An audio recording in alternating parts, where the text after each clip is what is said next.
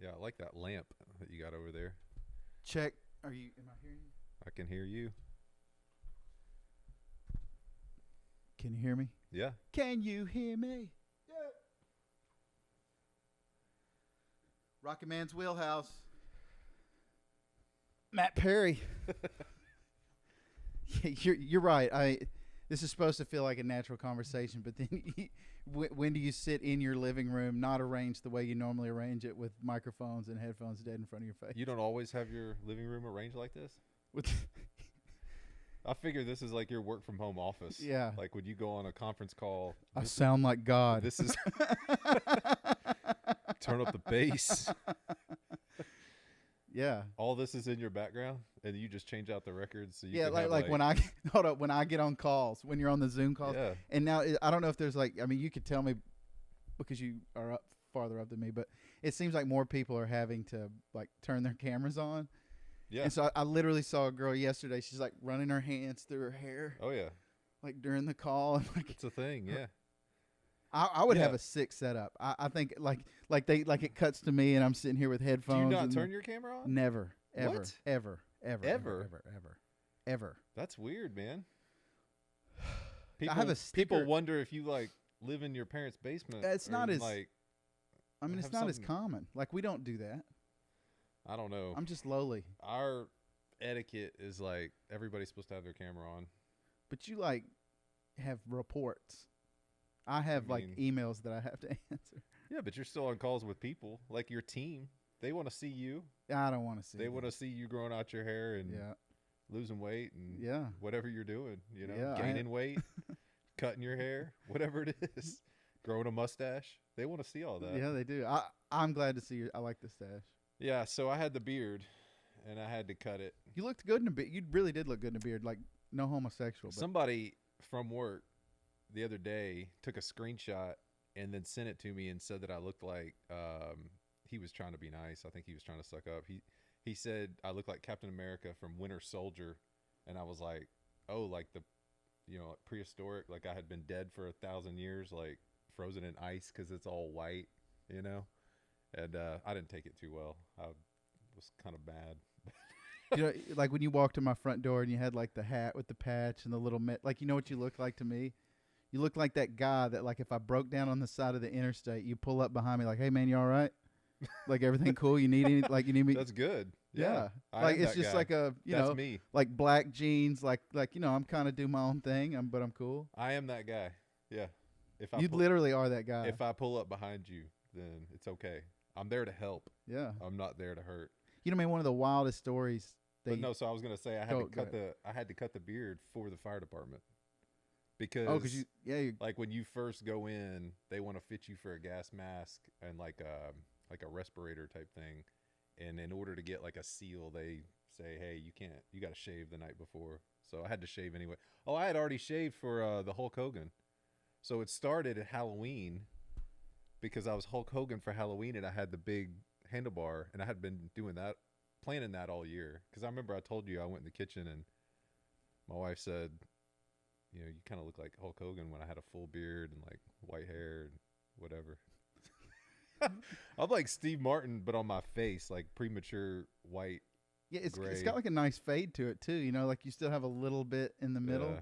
Yeah. It makes it interesting. Yeah. Dude, there's a guy at my gym that he has a full beard, but it perfectly fades from gray to black. Now he may do that on his own. Probably. I don't know. Yeah. I mean, he's it looks metro. It doesn't look gay. It just looks metro. He's probably got some Just for Men or could be, and sits there and fades it out. Soul Glow or something. So let me ask you this: you were talking about the gas masks, them fitting you for those. Hmm. So they fit you for all your gear. It's all your own gear. You had to share it with the people. It's just like the Navy. It's the first night you get all your gear, and then you spend the rest of the time being I wish I had taken more time to get because stuff doesn't fit right or whatever. And they're like, that's it. That's your one issue of your pants and jacket and gloves and hood and everything. So do you just keep all that in your truck? It's at the station. Yep. Stays up so there. If you get a call, you have to go to the station, get your stuff, and then go? Yeah. I mean, yes. So some people will keep some stuff in their truck, car, whatever, and go to personal vehicle to the scene. Most people go to the station, get their stuff. Because, like, if I show up at a scene, I don't have anything in my... I've got, like, a Leatherman tool and, like, a pocket knife. You know, like, what am I going to do? Like a seatbelt cutter? I don't have, like, tape and, like, a respirator. You know, I don't have any, like, thing to help anybody, you know, in my truck. And the trucks at the station are just, like, big toolboxes. Like, they just have, like, 1,000 tools in them. So, extrication and whatever. And so... So you got to go to the station, get the truck to be able to help somebody. So, you know, man, my dad's a fireman. My brother's a fireman. My whole family were firemen. I didn't even know that. Yeah. When you said that, after I told you I joined that, started that thing, and you said that, and maybe you had told me at one point, but like that was his career. I thought he was in construction. Or something. So my dad, his grandfather worked. He was like an iron worker. He welded. In Nashville. Yes. My dad ended up working for a company called Avco. Okay. And they built C-130s. They built wings for C-130s. And it's the building is out towards the airport in Nashville. And so my great-grandfather worked there. Okay. This was my maternal grandmother's parents. So her dad did that for his whole life. Union worker, all of that. Right. And so my dad... seeing him, like, that dude was God to him. Like, they lived across the street from him as a kid. His dad was the ultra, not abusive, but like it would be abuse today. Like, he was getting smashed. Okay. And so his haven was my... Smashed alcohol? No, not like that. My grandfather he wasn't into alcohol. Oh. As far as I know, that dude has never drank in his life. Okay. I believe that. Is this a belt buckle granddad? No, he's dead. All right. That's my, I said maternal. Let me back that up. So my mom's dad is dead. That's not who I'm talking about. Mm-hmm. My dad's mother, my grandmother, my dad's mother's parents, however I would say that, they lived across the street from my dad as a kid. Okay. So he does the ironworking thing, and like, Hartsville, Tennessee, they build that nuclear plant. I mean, he has stories about, and I hope to get him on here. I don't know how conversational it would be. I don't know how scared he'd be on camera or whatever, but I really would like to document. Scared of all your decor. Maybe. All your Does it freak you out a little bit? I don't know, you got Alice Cooper. I forget which record that is. That's a good. Yeah, I forget the name of that, man. That one's crazy. We can get to that in a minute. I want to show you the artwork on that. I literally put this up on purpose. Yeah. So I could show you the artwork on this. Yeah, that's a discussion piece. So my dad, he's a Metro fireman, but he didn't start that way. So he would do all these construction jobs where he would go to Hartsville. They're building the nuclear plant. Baptist Hospital in Nashville. They built that crosswalk across the road. He would have jobs. It's like, right. It's a funny thing. Like, politically now they talk about, permanent jobs versus, what's the word? Like, where the job goes transient. Yeah, that kind of deal. I mean, construction jobs are temporary jobs. That's the word I was looking for. So temporary jobs, and he wanted more stability. He starts having kids, having a job and then being laid off and then being out of work for 3 months. That stuff. So he starts looking for options, and he becomes a Metro firefighter in Nashville. And I want to say he got on in like 91. Okay. And then by about 96, he's in like a muscular fireman calendar for like muscular dystrophy. I remember all this like as a kid. Did you send me that picture? Yeah. Yeah. He's jacked. He's jacked. Yeah. And I was telling him last night, man, because we have this like father-dad little dispute going on, and it's like, bro, don't you know that when I'm not around you, you're my dad. Right. Like, I'm telling people, like, bro, you were freaking jacked. Like, okay, I'm like, I couldn't get tan if I literally laid on the beach in Cancun for 6 months. Like, I'd just be red. Yep. This dude's just like tan. Same. Like, good looking dude. Like, he's always jacked.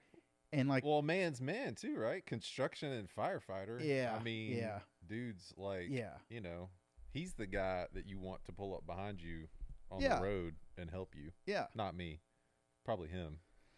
So he gets into that, man. He's been a fireman since 91. He told me last night he's got about 3 years left, and he can get his full whatever and retire. And so he's almost the end of it, man. But my brother does it as well. Wait, still?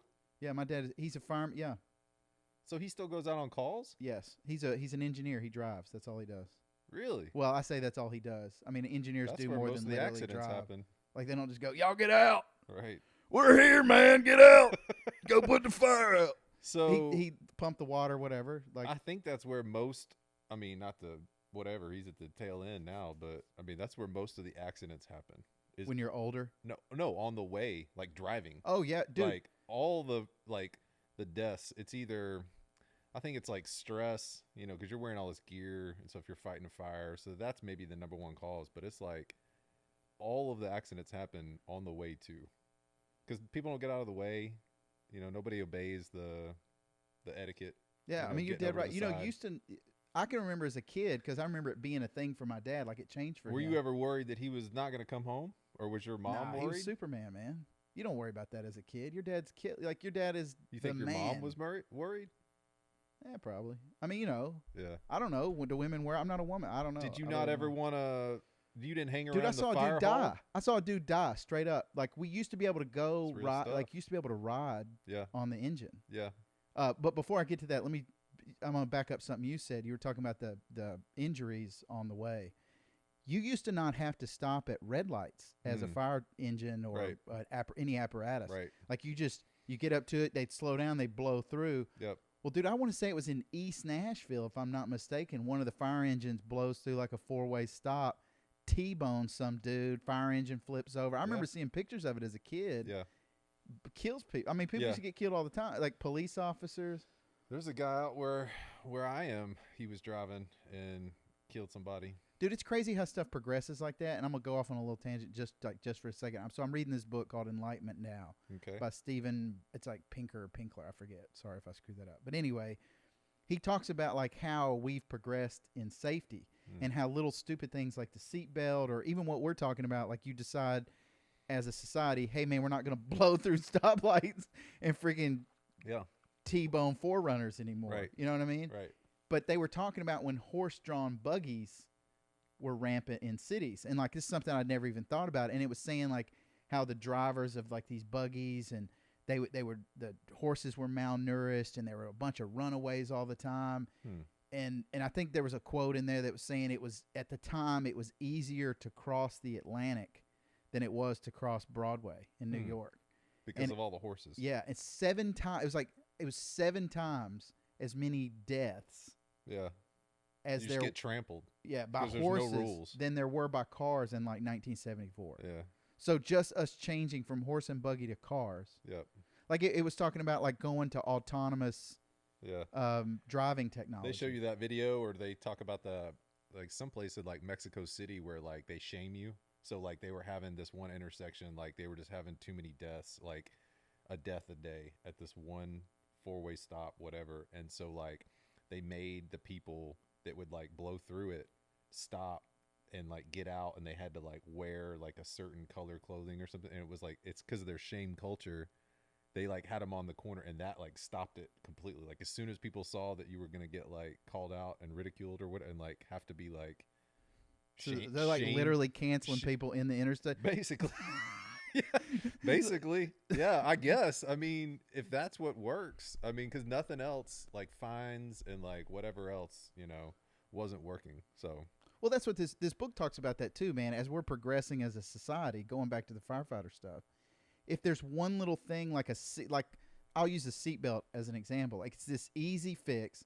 You install it in the car. As long as you lock it over here on your side, people die less. Right.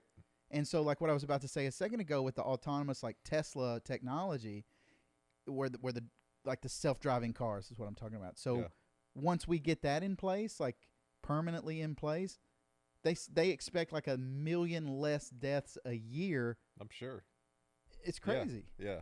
Dude, so I I want to be out driving around with a robot and not some, yahoo who's like jacked up on whatever. Dude, so my new minivan like keeps you in the lanes. Yeah, man. And like I'll sit there and like it's only for a minute, you know what I mean? But you get the feeling of what it would be like to just put it on cruise, just sit there. Yeah. I mean, I don't know that I'd fall asleep. Just kick back, put a movie on. Like people like us are never we're gonna be like, and like. Well, that's the thing. I thought where you were going was like, with the intersection thing and stopping at intersections and pulling over and like, during like a funeral procession, being respectful, pulling over, pulling off, stopping. People don't do that stuff. Like I remember my parents having to like yell at me like, when there's an ambulance or when there's a funeral procession, you pull over, that's respectful, they're on the way. And like, so if my parents were having to do that for me, I mean, I yell at my kids to do that too. So it's like, but I mean, people don't do that anymore. It's like nobody has any semblance of like respect and like, hey, I'm on my phone. Or do you think that's an urban and country kind of thing? Like I don't want to say country, but suburbs. I just think it's because I feel like the farther you get outside the city, like I think if you drove right through our town here, I think people pull over, man. Yeah, most people. Dude, I'm gonna tell you this: two times with that almost brought me to tears on the funeral procession thing. So before COVID, my wife's grandparents passed away separately. It was one of those deals where one of them passed away, and you just know, okay, 2 months later, like these people have been married for, man, I want to say it was like 60 years. They're in their 90s. I mean, you want to talk about really codependent, not in a negative way, but just like these two human beings' life are the same thing. Yeah. And you just lose that whole piece. They both died? Or one died and no, then the other she one died first. Yeah. She died first. She had cancer. I want to say it's pancreatic cancer. I forget, man. I should know that. Ovarian? No, it's pancreatic. Yeah, I just heard recently. That's not. You don't like come back from that. No, I don't think it's normally. a death sentence. Pretty much. So she passes away. He was in the army. Dude, he was so killer. I could talk about him all day. I don't want to get off on that, but he passes away. And when we're going through the town, it's it's Ashland, Kentucky. Yep. I mean, dude, pillbillies, like it's man, like you can hear the banjos. That's a sad little town. I hate to say that, but it really is. And I've literally watched it decline over the 15 years I've known my wife. Yeah. But driving through that town, both times, every car pulls over. Yeah. I mean, for like a 5-mile drive. That's cool. And it's like there was a time, man, where I was seriously just getting choked up, like just trying to like be able to see because of my tears. You know what I mean? Maybe it's circling back and like, these kids today, maybe they got more respect. I don't know, man. Well, the only thing I we feel can like do the is boomer generation is the most selfish generation that's ever existed. Yeah, they screwed up rock and roll the too, planet, man. I mean, our parents' generation. I guess your parents are boomers, right? Yes. Yeah. Dude, are they going to open like a Grateful Dead store in the mall like any day? Are you serious? Like, you know what I mean? Like, get your Grateful Dead patches and Grateful Dead socks and Grateful Dead Adidas. Dude, they've got a little like shrine at the Harley Davidson store for Grateful Dead, just like of course they do. Just like they've got a third man. Bro, they probably have a Grateful Dead Southwest card. Yeah. It's true. Yeah, you get like 420 points, man. Deadhead sticker on a Cadillac, man. He hit it, dude. Yeah. You think those guys were seeing that, man? Because this is the way I see rock and roll. Well, hold up. Go ahead. I do want to finish. Go ahead. On the fire department. I mean, I just no. Yeah. So because your brother, he's a fireman. He's a fireman too. Okay. Yeah. Let me tie that together so too. He went into it, but you didn't. You were like, no, I don't want anything to do with that. So my grandfather, who passed away, I can tell two stories at the same time. He passes away. He's buried in Sparta, Tennessee. Okay. And that's where my grandmother grew up. She had 13 brothers and sisters. She grew up there, and he was supposed to be buried. They had plots in Nashville, but then at the last minute, she was like, "No, I really want to be buried up there. So I want him to be buried up there." Her family, they work the lots out. Some Southern like we'll take care of you, whatever kind of stuff. Dude, that Sparta, Tennessee is basically. It's almost it's to Cookeville, but it's a little south of Cookeville. Right. And did you know that Metro Nashville, because my grandfather was a firefighter basically back in the 70s, he got injured on the job. Like it was back when you would hang on to the back of fire engines. Yeah. This is no joke. And they would drink alcohol at the fire engine, at the fire hall, smoke cigarettes, drink alcohol. So I don't know if any of that had anything to do with it. I'm not going to say that. I don't know. But so he's hanging on to the back of the engine. Mm-hmm. This is not how he died, by the way. I don't know if I've made that clear. But so he's hanging on the back of the engine in like the 60s, 70s.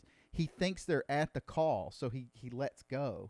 And the guy hits the gas, and they used to wear those like old helmets that they were literally just on your head, and it cracked his friggin' skull. Shoot. And like he lost his taste. Oh, man. A little bit of his smell, I want to say. But so anyway, he was a firefighter in like the 60s and 70s, passes away. And Metro Nashville sends a fire engine with 2 guys that came up there. That's cool. And those dudes stood outside. It was freezing cold. It was like in like December or something. I forget. That's awesome. And they stood outside until we got there. Yep.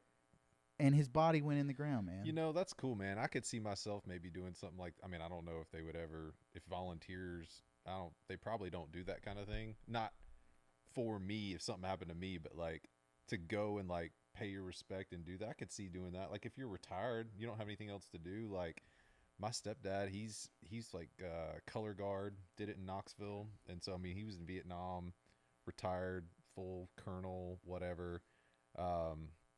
You know, decorated war vet, and he did this color guard thing where he would go out and do the ceremony, just shoot and do the flag, you know, and do the whole thing at the cemetery. And that's like awesome. And they would just call and they would be like, hey, they'd have like a phone tree where they'd like call a few guys and they're like, no, I'm out of town, or yeah, I can come. No, I can. It's kind of a volunteer thing.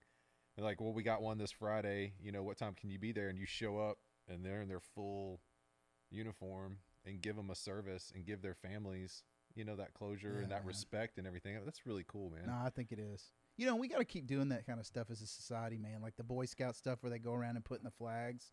Like that's what reminds me of too. But Boy Scouts is on the. They just got to keep the perverts out of the Boy Scouts. Boy Scouts is on the slope. If you want to be in our troop, it's on the slide, man. I'll buy some Girl Scout cookies. I'll mess around with any Boy Scouts. Which ones are your favorites? You know, I said recently at home that Tagalong's a favorite, but that's the peanut butter, right? Yeah. I don't know. Tagalong's Thin Mints is all I know. Is that even a name? No way. Bro, I love those. No way. Yes. What's the it's like I think the peanut butter ones are fire too. The Do-si-dos. That's the peanut butter. The Do-si-dos are really good. The peanut butter you're thinking of Tagalong. It's chocolate. It's like a Reese's cup basically. Yeah. Yeah. That's Tagalong. I don't mess with them, man. I could like instantly get diabetes from a box of those. They're good. It's like, yeah, it's like The Office. You know, like 50 boxes. You know. I want to buy cookies from you. You walk into the grocery store. Would you like to buy some cookies? Yeah, I want to buy some cookies. Yes, I do. I said that the other day. I was like, yeah, and I'll have 3 of those and like just went down the line, and she was like, oh, like everybody's like. There's like the moms in the back that are like, you know, getting out their calculators. Like the more people that pile up behind you, you're just like, yeah, I'll just take them all. Yeah, like, let me just how much to clear you out. Dude, you know what that reminds me of? Man, I was at a record store the other day, and the dude had some sealed original. I thought they were sealed original Pearl Jam records. Some of them were sealed, and some of them weren't. But I walked. Shrink wrap those in the back or something. I've seen that. Yeah, I've seen that crap. That's messed up. Yeah. Man. Why would you do that? It's just people get greedy, man. People want an easy way out. And then you go and just immediately like go to Discogs and look up like the going value for a sealed 10 original print, and then you go and put that price tag on it. If it's sealed, you can't look at the condition. And then so when something's sealed, there's that like it's on you. You open it and it's like, oh, it's scratched. Well, I mean, it was sealed. There's no way I could have known but I'm as just a seller. thinking like from Catch Me If You Can or something, like from like beginning to end. Like I get a Pearl Jam record. And I'm just going to go and have it shrink wrapped and try to pass it off as like an original sealed, you know, verses or something. The nastiest thing I've ever seen in this area, and I want to put this dude on blast. There's a record store in Orlando. It's got the word rock in it. I don't know what the name is. It's like Rock of Ages or something like that. I literally walked in there one day and saw this dude putting black shoe polish and had a little rag and was wiping them and was literally making the records look better than they were. And man, you know, it's disgusting. But to finish up the firefighter thing, man, to see if you got anything left on that. So my dad was a fireman. My brother's a fireman. My grandfather, right now, yes, paid fireman. My dad and brother. Okay. Metro. And Nashville. They do like 2 on, 4 on, 4 it's off, one. whatever. It's 24 on, 48 off. That's how Metro does it. Okay. Yep. And they're just going on calls, like motor vehicle accident, cat in a tree, house burning down. You know, that's actually a myth, man. Firefighters don't go get cats out of trees. Prove me wrong, but they don't. I don't think they do. It's a cartoon. They would probably just walk out there and be like, "Bro, just shoot it." If you don't want that cat in that tree, that's a fix. That's they don't call for that. But so my grandfather. That's like a prank call to the fire department now. Yeah. That's like calling 911 for your chicken nuggets. Dude, here's the thing. You only got 4 chicken nuggets. The same book that I was talking about literally says, like, gives firefighters as an example, and said that firefighters used to come out and basically keep the entire city from burning down. That was the point. Is that as opposed to just men having to come out and like save the city, like in New York? Yeah, they're like running. So this is what would happen. They'd come out, they'd run over like a hooker, and they'd kill them, and then on the way to the fire. I think it was legal back then. Like turn of the century. They pull the reins and try to swerve.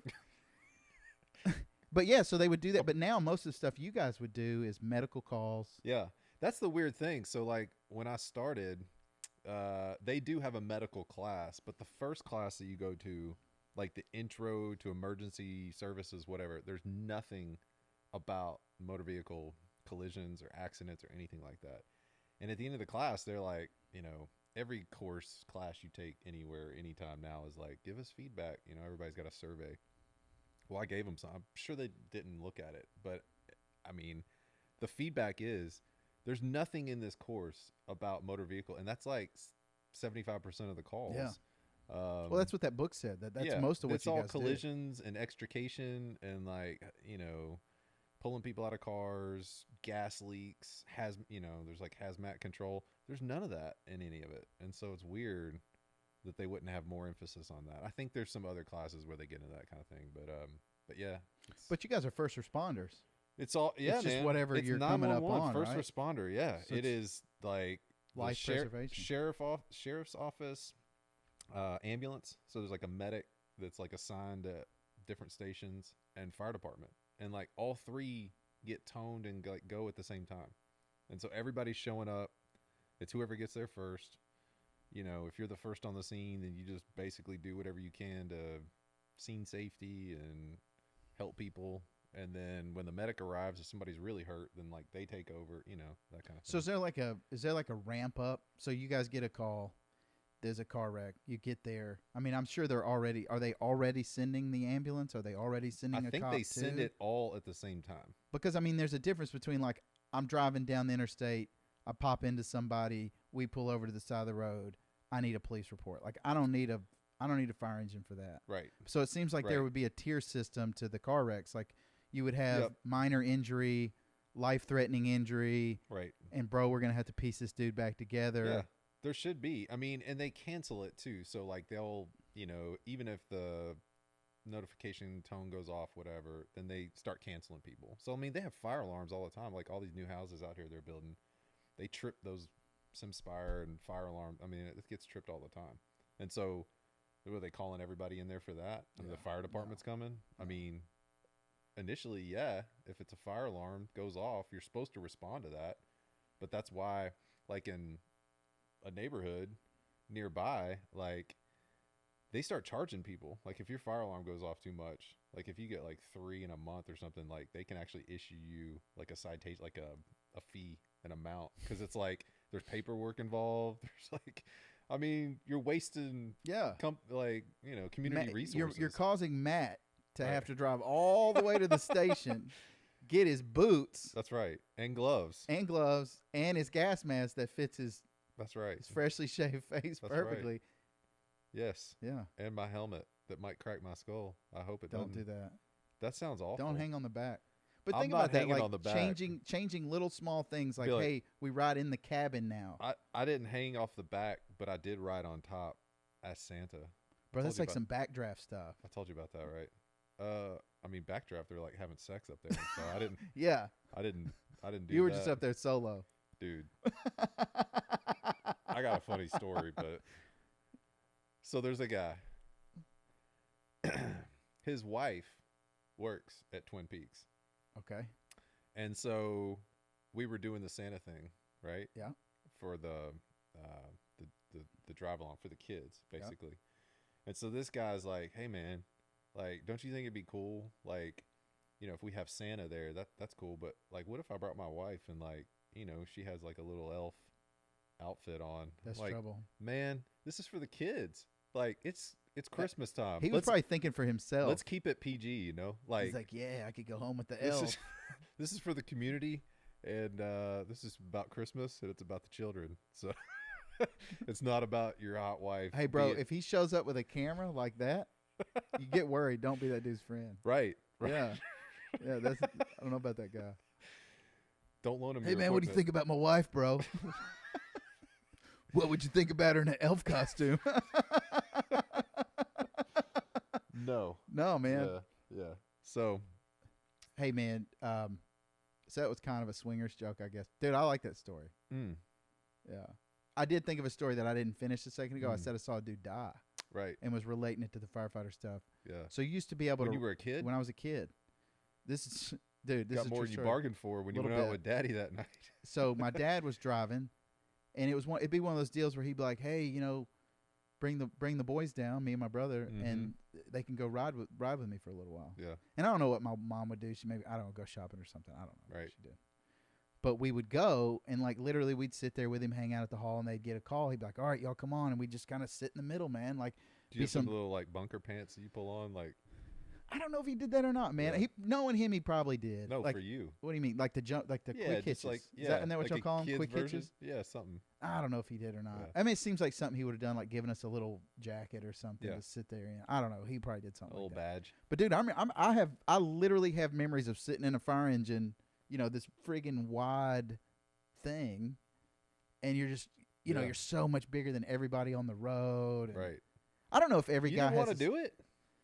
You had you never at any point had any interest. No, I was interested in other stuff. It never crossed my mind to. I guess most people end up doing what they're doing to some degree because they saw somebody else doing it successfully. Yeah. You know, and I think that's the whole thing with exposing your kids to as much as you can expose them to, is that if I'm taking my kids to jiu-jitsu or I'm taking my kids to the gym and there's going to be something that resonates with them where they're going to go, man, I want to do that. Yeah. You know? Yeah. And like, we can get into your Navy stuff here in a minute, but I don't know if any of that happened with you, but somewhere along the line we decide, I see somebody else being successful doing this thing, I'm going to do it and I'll be successful too. Because it's really all we know. Right. But I don't ever remember having those type feelings towards firefighting. Like I don't really. Well, I never had them either. As an older adult though, like after I graduated college. Yeah. So, yeah. But like after I graduated college, you know, I remember having regrets though. Like, man, maybe like here I am sitting working in this paint store. Like maybe I should have just been a firefighter and. You know, there's those what ifs, but I've gotten over that, you know, now that I have other stuff going on. But, yeah, so the dude dying. So we're sitting in the engine. We go to this apartment complex. This was in Madison, Tennessee. Dude, I feel like my mic's messed up. But Madison, Tennessee, we're sitting there. And all of a sudden they bring this dude out. And he's, like, sitting on the little, what do you guys call the little stretcher thing? It's like a hospital bed on wheels, whatever that is. The hospital bed on wheels. Stretcher thing. And they're sitting there, they're talking to him. They got him outside the apartment. It looks like they're working on it, talking to him for a second. And then all of a sudden, this dude just goes. And it's a bad sign. And my dad is like his first response, I swear, wasn't just like, is this dude okay? He looks straight up at the fire engine, straight up, and is going. What, to you?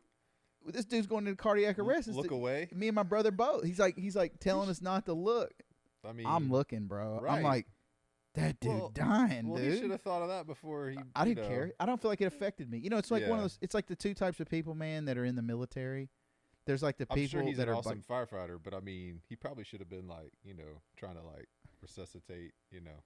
I mean, yeah, and I don't mean it like he didn't care about this dude. Right. It was like that's his first reaction. In the first 0.1 second, he goes like, you know, pushing up, telling. And then he's doing his thing. Yeah. Like, I don't mean it like he was like, flips the dude's body off and then he's like running to get us. But him doing that just made you be like, you know. Yeah, it was like, I honestly think that if he hadn't have done it, we wouldn't have even noticed. Yeah, you would have missed it. Yeah. It's one of those things where you end up causing. You're like, what? You end up causing the reaction. Because we were probably like, what do these little knobs do? I really want to pull this. Right. It's like your kids coming down the steps on the outside of the banister, like holding on, and you like yell, like, don't, and it's like they fall. And like you just caused the thing that you were trying to prevent from happening. Like you drew attention to by it. Freaking out. Yeah. So firefighting, man, that's about. I mean, I remember all the cool, like being around the firemen at the fire hall. I think it's interesting that you grew up around it like that. Like really deep, man. My grandfather used to do this like roaming thing. I don't know if you had anybody in your family that did that, but he would like leave his house. Nobody in my family. This is like he was like pre-Facebook, any of that. This dude would like, he would go over to some transmission shop where he knew some guy, and he would sit there and talk with him for a while. He'd ramble. I guess that's what you'd call it, right? He was rambling. Yeah. And then he'd know a guy that was a fireman. You come from a long line of ramblers. Hey, that's good, man. I was born on a Greyhound bus, bro, coming out of Nashville. Headed out of Nashville, Tennessee. Highway 41? Yeah. Yeah. But, man, he would do that. And but firemen are cool, man. I remember an older guy, he played video games. He'd have him like a Sega Genesis. Yeah, he's doing like the old school Facebook, man. He would just like ride around and checking on his buddies. Yeah. What are you doing? What's up? That's cool. He was updating. Checking in on the community. Yeah. That's good. But, man, it's really lost. Like, just conversating with humans and what's going on with you and caring. And Yep. I feel like it's a little bit like that out where I am. I feel like people, because everybody at the place where I am is like knows everybody, and they all grew up there. They're all good old boys. I mean, it's like they know the calls come in, and it's like, oh, that's so-and-so's brother. And I'm like, what? Like, yeah, he's got a drinking problem, or, he's been on the respirator for the oxygen or something. Like, we need to go and help him out. I mean, that's what it's like. I mean, so it's definitely more local and, like, personal than just some random, I'm going to an urban area, we're going to some apartment complex, which is cool, too. That's lost in the cities, man, I think, too. And well, I mean, those guys are paid, Yeah. I mean, everybody where I am is volunteer. 100% volunteer. So I just think it's wild that like if we don't show up, there's like what do they call it, mutual aid, like stations, so they'll call another station if nobody responds where we are. Same thing, wherever.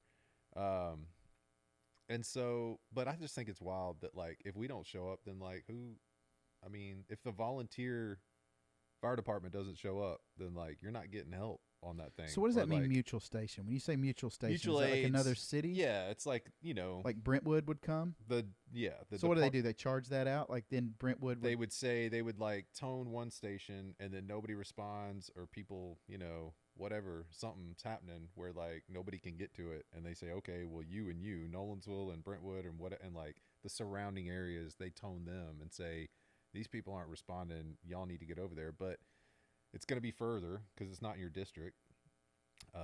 And then it's going to be the lag time from like, you got tone second and you're further away. Tone? What do you mean by tone? Like the alarm goes off. Okay. The fire alarm. Okay. Like you get a like call. Your call. You get a call. Like the doo-doo-doo-doo-doo or whatever. Yeah. Slide down the pole.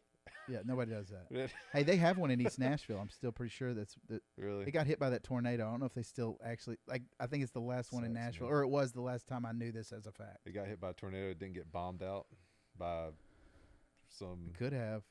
Man, they probably defunded it. I better stay off of that. I still can't believe that bombing, man. That's wild. Yeah, it's crazy. Man, it's one of those things though, dude. Like, it's weird too. Like it's the timing of it all was weird. Like the fact that it didn't happen, and you don't know, people you still don't there. really know anything about it. I mean, we were given a reason, but it was kind of a flimsy reason. It almost kind of felt like that Las Vegas shooting. Yeah, it's just weird. Nobody knows to this day. What was that dude doing? Yeah, dude, I've been there. I've seen that. I've literally driven by, looked at I forget what the hotel is. We could look it up here in a second. But I'm sitting there literally looking at the hotel. And then, like, now all it literally looks like they just, like, demolished a Sears. Yeah.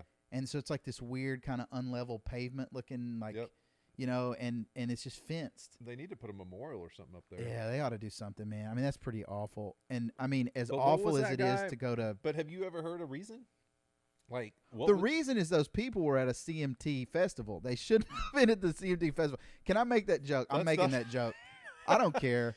That's a funny joke. Yeah, that's funny, but not. But I mean, what was that guy like? What was his? Nobody knows. We don't know. I still don't think they know. And if they do know, I guess it could go two ways. And I don't want this to sound too QAnon, but I think two things with this, man. Anytime something happens, I think we should be able to ask questions. And just because somebody's posing the question, why did this guy shoot and why do we not have an answer? Well, somebody knows. Doesn't mean we're crazy and we're conspiracy theory people. It literally just means that, like, hey, man, there's a lot that it's like seems like it doesn't make sense. For sure. Yeah, and conspiracy episodes, I don't care about that either necessarily. But yeah, I mean, just like the fact that, it's like the COVID thing, man. Like, just because it's happening during an election year and like all that. It's just weird. Yeah. I'm not saying it's related. I just think it's weird. Yeah. And I think the bombing, same deal, man. It's just, and then there were the tie-ins with the AT&T building and knocking out communicate. Like, it's just weird, dude. Crazy. Christmas Day. Yeah. I was sitting right here. Yep. Literally when we found out. My dad's sitting right over here. He's getting like some messages from some friends, some firefighter friends. And he literally says it knocked out a bomb just went off. It knocked out all the 911 emergency services. Yeah, I remember like we were online. I was on my phone, everything. Yep. But in a way, I don't want anybody to die. I don't want that guy to die or whatever. Whoever died, the dog. I don't know whatever was in there. Right. Goldfish. The he might have had a hamster. Yeah. But like the fact that the internet just went out on Christmas Day. Make fun of hamsters, man. We got hamsters. Yeah. We have to have a hamster. Gerbils, right, bro. Yeah. Those. Right. But so when the internet goes out on Christmas Day, man, I thought that piece of it though was pretty cool. Well, it was knocked out. A lot of people didn't have internet for days afterwards. I mean, and we didn't. It knocked out 911. It knocked out other sort of like emergency service numbers and phone line. I mean, so it's just suspect. I mean, it was to me. I mean, it sounds like an episode of 24 or something, QAnon, whatever. But it's like, hey, they were testing the infrastructure capabilities. Hey, what happens if I do this or response and knock this out? Yeah, and like knock out all of Middle Tennessee. And it's kind of a soft target. Nashville's weird, man. Nashville's like one of these like mid-tier cities. What Mark Coslick call it a third-rate, third-tier market, something like that. But it's the kind of town that's getting big and has grown a lot. But it's still got still a small town feel, I guess. Yeah, maybe they're barely hanging on to that. That's barely not even there. But I think you have nice people that don't expect a lot, and they don't expect for things like that to happen. I don't know, man. It's just Nashville is kind of in a weird place. Well, pains. Let me say it the other way. Put it this way: if I was trying to do something crazy, I mean, that's a good target. I mean, you wouldn't go to Atlanta, where they've already been through stuff like that, or another major city that has gone, experienced things like that. You go to some place that's sort of off the map, off people's radar. Yeah, and I think that's what doesn't make sense about it. It's like, if you were going to blow something up, so like think about it. Well, he lived locally too, so I mean, he had like knowledge of the city and like whatever. I mean, so. And see, I've heard two things. I've heard that he pulled dead up next to whatever his target was and blew it up. So, but I never understood what the target actually was. AT&T. So the AT&T communications like data center, the thing that's messed up is that like, why does a major carrier, like a company like AT&T, have a major data center in an urban, like next to Hard Rock downtown on like a city block? Like that should be out, like way out in the country. So it's way out in the country. So it's not the AT&T building. No. There were, what was it that it was a data center raised like it was like a building? Yes. Okay. Yeah. Yeah. But in like an old city block. So what is the official story of like why he wanted to blow that up? There isn't one, is there? I mean, they came out with something I think shortly after, but it didn't. I mean, it was so thin that I don't even remember what it was. It wasn't even like, I mean, when they said it, it's like, that doesn't really make sense. So, but we're never going to know the official reason or really what happened. I guess the positive. No, you're cool. Don't play footsie with me, bro. It's all right. I got our scene tight here. Took my shoes off. So what's up? You got a hole in your sock. Do I? It's all right. It's my ventilation. That's my best pair. Dude, you threw me off. Anyway, we clearly don't know anything about that subject. It was weird though, man. Yeah. It really was weird. Man, I thought I had a good point there. I was about to say, whatever. I just think again. Oh, I know what I was gonna say. Can I? Yeah. It's positive to me. It seems like positive progression for mankind, that the two events that we just said don't have purpose. So they're like outliers. But then you look back at Columbine and others, like people are doing things like with a purpose, or like Ted Kaczynski, or any of that. San Bernardino. Yeah, like there's just Parkland, Florida. Yeah, there seems to be reasons. So if you just have this one whack job that drives his RV and his pit bull down to Broadway and blows himself up and knocks our internet out for 3 days, and like that was his purpose. Right. He was trying to, whatever he was doing, like whatever statement he made, you know, I mean, you don't want tragedy to happen. Yep. But it seems like this like flash in the pan tragedy every now and then is better than. Yeah. You remember Waco? Yeah. Y'all should watch that show. Dude, if you haven't. It's good. I've jumped off in that. There's a big show. line of. That's a really good show. Yeah. I need to see it. Yeah. It's good. That's crazy that kind of thing happened. It's both ways. I think it's crazy that like a religion could get so extreme that they would be so separate and isolated from culture. And then I think it's also crazy the reaction to that was absurd. Yeah. Yeah, it's wild how the whole thing went down. I mean, dude, I bet it looked like that going through Baghdad. You know what I mean? Like, I mean, that's... Yeah. And you're going to, like, literally at that point, you're treating your own citizens. Yeah. Can you imagine if that happened today?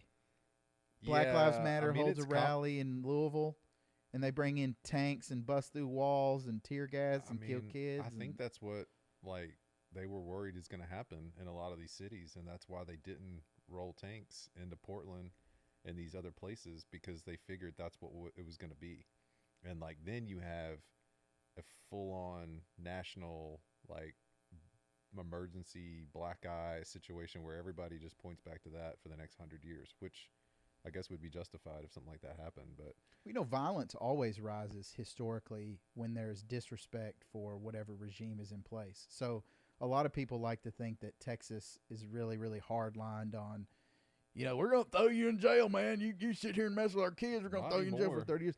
But, like, really, it's the respect of the regime. Like, you think about during the Civil War, you would have an uptick in violence because they don't respect the regime that's in there. Mm-hmm. And then you see an uptick in violence the longer our country, I'm going to use, you know, Trump was in there, and there were people that really hated him. And wherever that was driven from, it also caused an uptick in violence. So, you know, they're still rioting in Portland? Yeah. I got a buddy that lives up there. They're still doing that. Like, last night they were doing stuff. I mean, still. So, like, when does that stuff end? And what's the end result? Like, what are they achieving by doing that? I don't even pay attention to it. Yeah, man. I really I don't either anymore. I don't think most people are, really. I don't think most people are paying attention to it anymore. And I don't really hear a lot of people talking about the stuff that went on. Some of the videos from last summer, I mean, can you imagine, like, if you or your family or somebody you know, it was like one of those shop owners or one of those innocent bystanders is just like, you know, happened to be at the wrong place at the wrong time and got a skateboard upside the head and were like permanently deformed or dead or, you know, whatever. I mean, some of that stuff. Do you remember the story about the dude where his grandmother dimed him out? Mm-mm. Yeah. So there's a kid. His grandmother what? Dimed him out. His grandmother told on him, snitched. Oh, yeah. Ratted. Yeah. And I do remember he that, had told some kind of story to her about how he needed to get these gas masks or something because, like, he saw this girl and he was trying to help her and was given one of these, like, you know, teenage, early 20s stories that they think adults actually believe kind of deal. Right. And so I think she helped him. And then there was a video of him like they got the fence out in front of whatever that federal building is or courthouse or whatever it is they keep. In Portland. Yeah. Yep. And he lights this thing and throws it over and just bam. Yeah. And she sees him and good.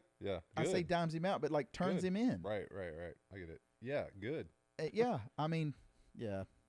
That stuff. I don't want my grandmama turning me in, but that stuff I'm not out crazy, man. Well, even the one in Nashville. Think about when they burned up our. So I got a buddy that I'm going to get on this podcast, and he told me a wild, wild story. He said a lot of that was political, with the Nashville courthouse.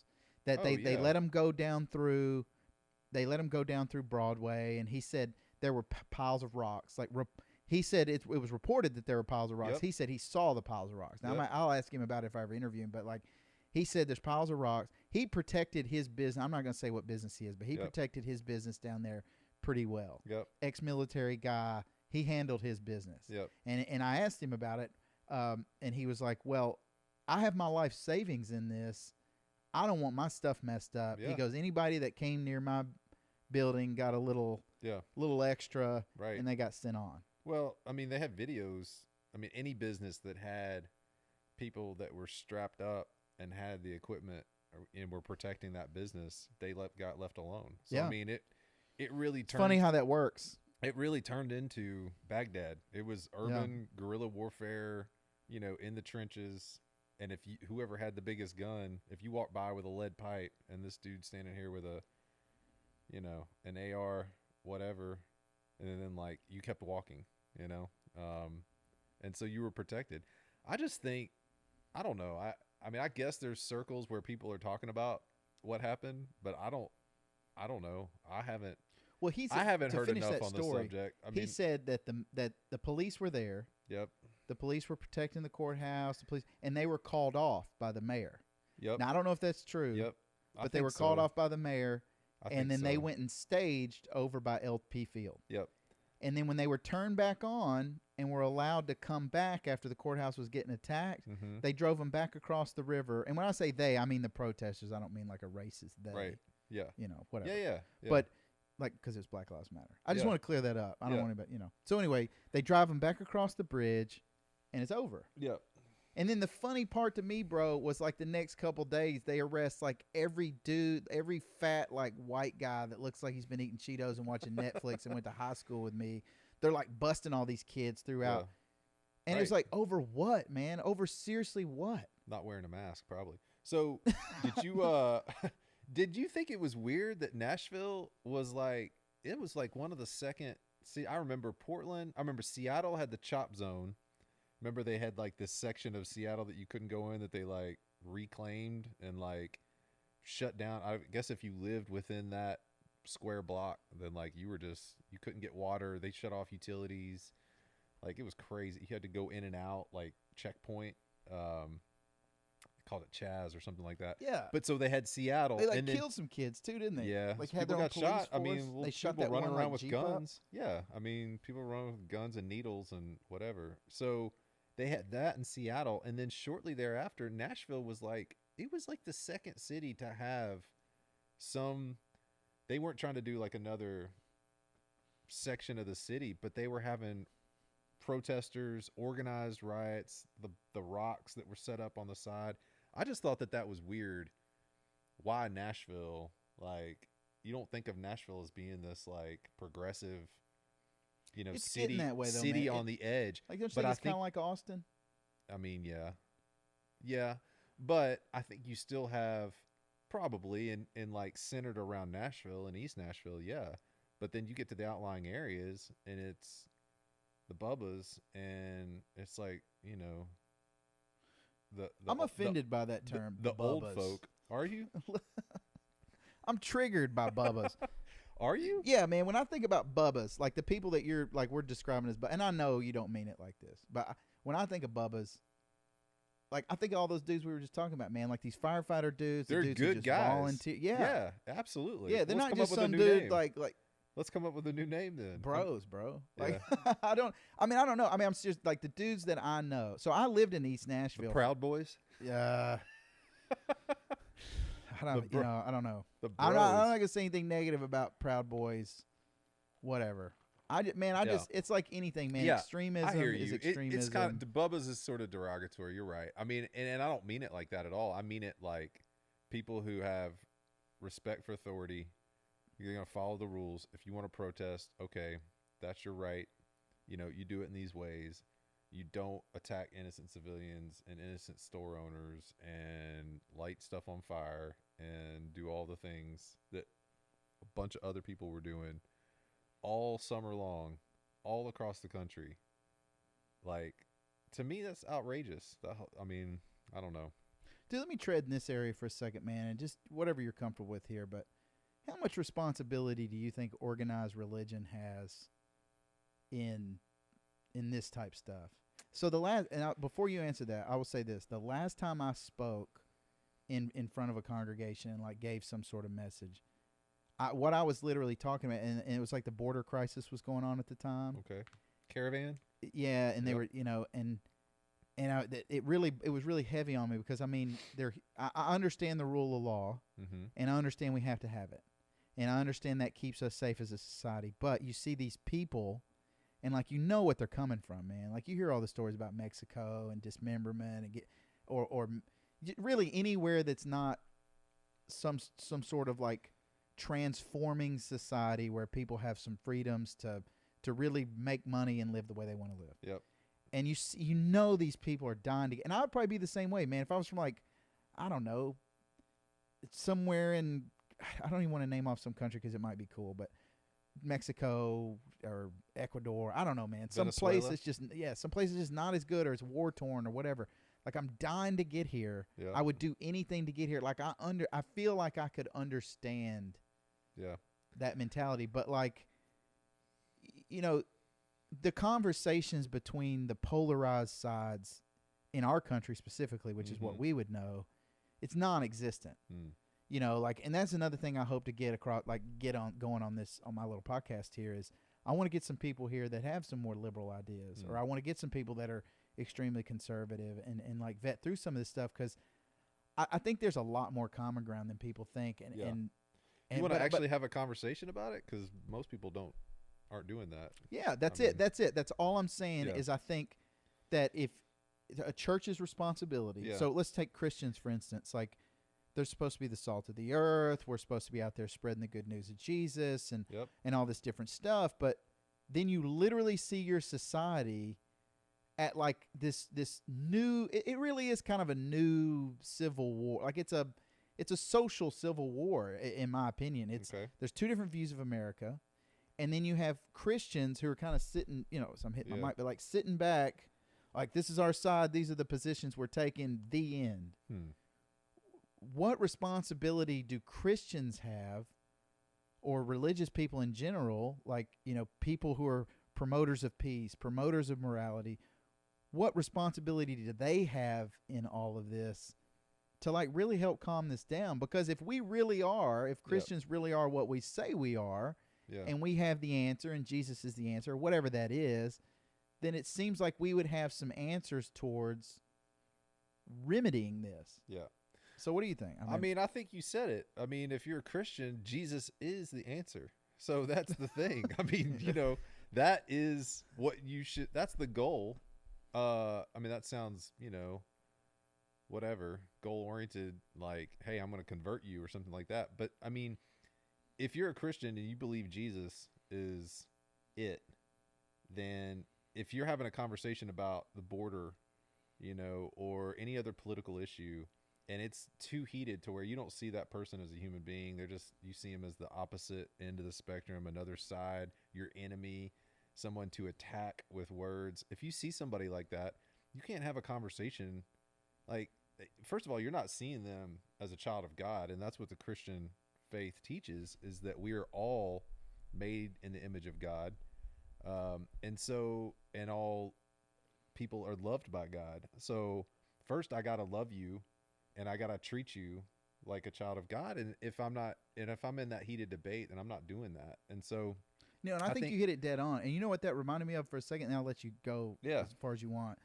I heard someone say that if you replaced COVID with Jews, it starts to make World War II and like what the Germans were doing make a lot more sense. So like that dehumanization, I hadn't thought about it like that, but I think that's a really key point in what you said.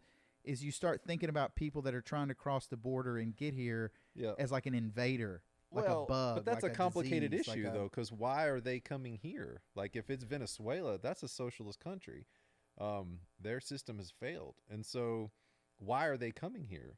They're coming here because of the opportunities and because of the American way of life that says, if you work hard and if you take personal responsibility and if you try, then you have the opportunity to get ahead and to raise a family and to make a living. It might be a small living, it might be a big living. I mean, just depends, but you have that opportunity here in this country. So that's why people are coming here.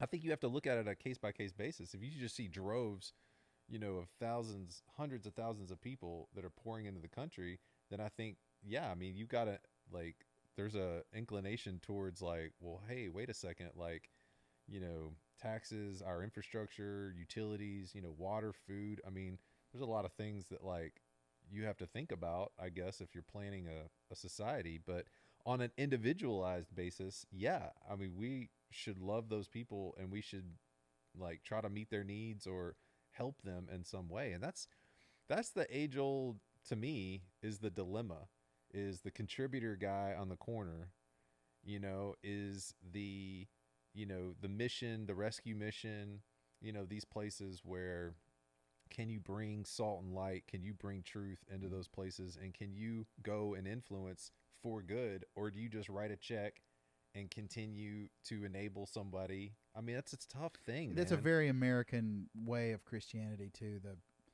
Just write a check and turn your head. It's a tough thing, It's really tough. Maybe that person needs a check.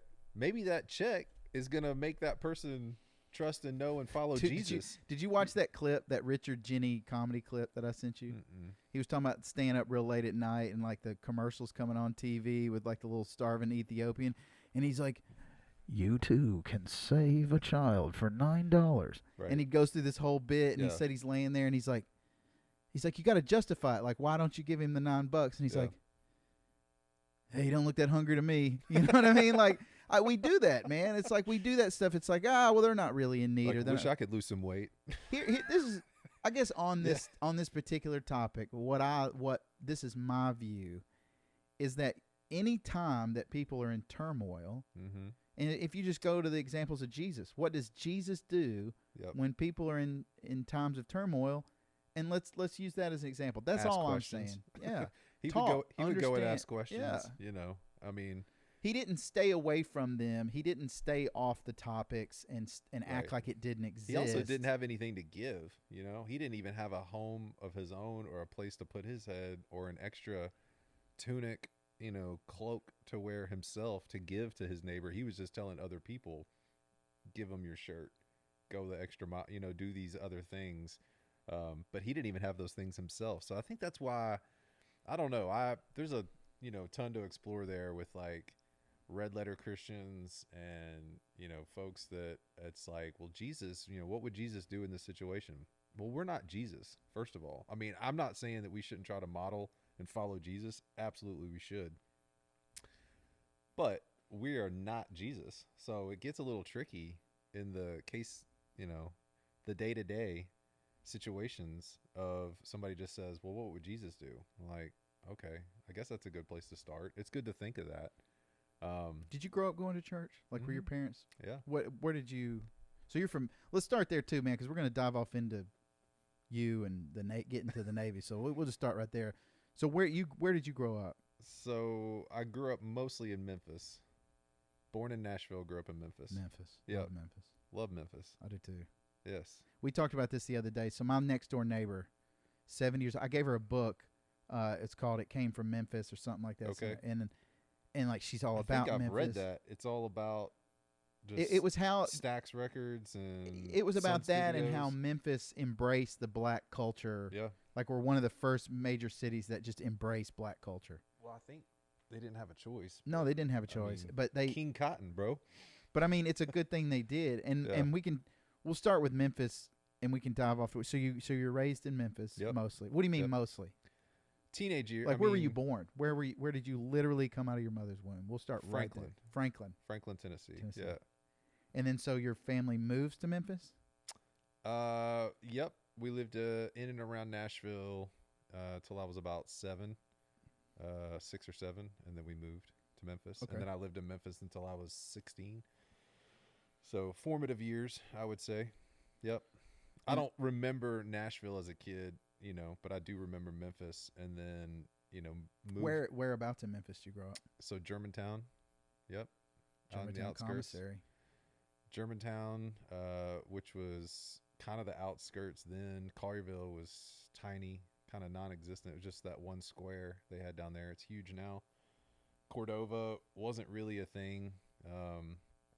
Kind of like how it is here, like with Cool Springs, you know, going to Franklin from Nashville, going south. You know, it's like, it was like the mall, you know, they had the mall.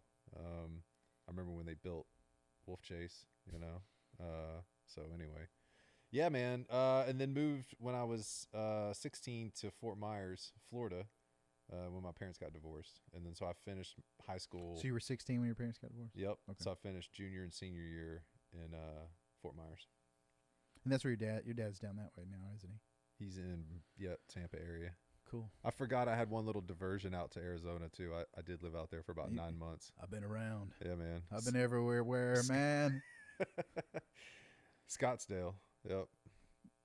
Dude, two things. Saguaro High School. There's a little cactus. Yeah. My kid killed the other one. Arizona's cool. Coming from I've only flown into Arizona. Coming from the South, growing up in the South where it's so humid, Arizona is a cool place to be. I mean, it's a different climate. I liked it. Does it do the like really cold at night thing, but it's like 80 degrees? Yes. I think about that when I'm babying. I baby all this succulents that I have here. Like it's just like something I do. It's actually pretty cool. Nice. But I keep it in my garage and I'll set it out during the day. Careful how you say the word succulents. Yeah. Succulents. It's good. Yeah, those are nice. We got one of these too. But these over here got killed. That's why they don't get to be on camera. Yeah. Yeah, man. I really like Memphis. It's got a great culture. It really it's rich. It's very rich. I feel like the people that come from Memphis are just a little. They're Tennesseans, but they're different. You know, you think it's like an El Paso, Texas kind of thing, where it's like they're way out there by the in that corner. Enough time in El Paso. El Paso's freaking cool, man. Is it? I haven't. Dude, let me tell you something I learned in El Paso. The Mexican restaurants in El Paso, they don't play the little. They don't play any of that. Yeah. They're playing Elvis. They're playing the Stones, cool. John Lennon. Yeah. And there's a place in El Paso, I think it's called Luna Cafe. Yep. I think so. I'll look it up. But Luna Cafe, and it's bring your own liquor. Nice. Like I don't tequila. Yeah. Right. No, like you bring anything. And that's why I asked them about it. I was like, why would you allow people? And they said, we've been here so long that we're grandfathered in letting people literally drink outside around their. So these guys, like they pull up motorcycles, and they'll like the whole building will be just lined with motorcycles. Just bring a cooler. And the dude's just sitting out there like they sell beer to them. Yeah. But then you can bring your own liquor, and they'll even mix it for you. Nice. But anyway. Yeah, man. No, but it's a really cool town. It might be. I just think Tennessee. I mean, stating the obvious, but it's just very different. You know, from East Tennessee to Middle Tennessee to West Tennessee. No, I know what you mean. And people from Memphis have a different flavor, a different mindset. I feel like Nashville. Well, like you go to a show in Nashville and everybody looks like they're in Mumford and Sons. Yep. Like you go to a show in Memphis and there's like a guy still wearing like Jinkos and Airwalks. It's just down to earth people, man. And then you're standing next to a guy with like his mustache. And looks like he's going to save everybody, Motorhead T-shirt. Yep. And then you might have just some little hipster dude. Like it's, yeah. But, you know, there's like a camaraderie there, too. And I think me and you had that when we first met. Yeah. And that's why I was bringing my neighbor up. Like, there's this camaraderie among Memphis people who have experienced Memphis. I think so. And I don't know if this is everywhere, but in Tennessee, there's a couple things people say to me that annoy me when I say, you know, I used to live in Memphis, and like, or me and my wife spent in Memphis. They'll say one of two things. They'll either say Memphrica, which I think is pretty racist, and then they say like, oh, there, what? Like it's just like this, Yeah. But man, people don't understand. They really don't understand. Like I'm not saying there's not a dangerous element, which probably you could tie to any kind of poverty area, really anywhere. Sure. And that's what they deal. That's the challenges they deal with. I mean. You're talking about an area that in a lot of ways is still pulling themselves up out of the 60s. Yeah. Like I've always felt like Memphis is about 10, 15 years behind. Well, yeah, I don't know. Because they've always had the racial tension. Yeah. And they've learned to deal with it. I mean, I just lived with it, and I never had any problems. I would run around downtown Memphis, Beale Street, even out to like, you know, other areas you're not supposed to go to. You know, or that's what they say, and never had any problems. And so I feel like that just people have been through it, and they've learned how to deal with it, and they've learned to coexist better. I think. I don't know if it's changed. You know, it's been 20 years since I lived there, more than that. But growing up there was a great place. And I do agree. I think you talk to people and they're like, if they lived in Memphis or know about Memphis or spent any time there at all, then there is sort of like a connection. People get it. I mean, people that live there love it. I got friends that I grew up with there that are like, never leave, won't ever leave, love them some Grizzlies, love them some whatever Memphis has to offer. And so, you know, it's a cool Grizzlies place. Are cool. Grizzlies are cool. The food, the culture. I mean, the music.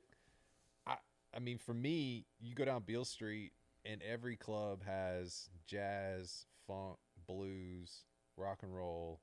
That's what's going on in there. And Broadway is cool, and there is some good music down there. And they get like some Reverend Horton Heat type rockabilly bands that are pretty cool. And those guys are like working hard, and you can tell. But, you know, it's just a different scene. It's rhinestones and, you know, whatever. And did you know something I thought about, speaking of Beale Street? That's just not what I grew up with. So, you know, and I got people in my family that are like, don't like that at all. So it's like, it's kind of a different, you know, it's just, you know, where you came from. So. Bro, when I was in college, speaking of Beale Street, I could have went to see B.B. King for $80.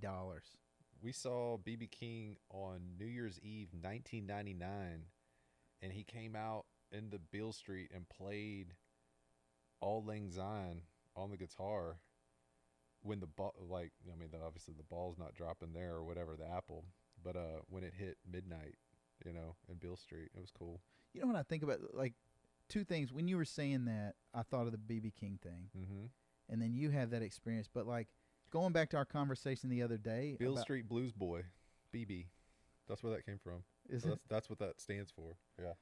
So we were talking about how England and their artists, or the UK, how all they really cared about, or the thing that like really sparked them and they jumped off of, was Mississippi Delta Blues. Yep.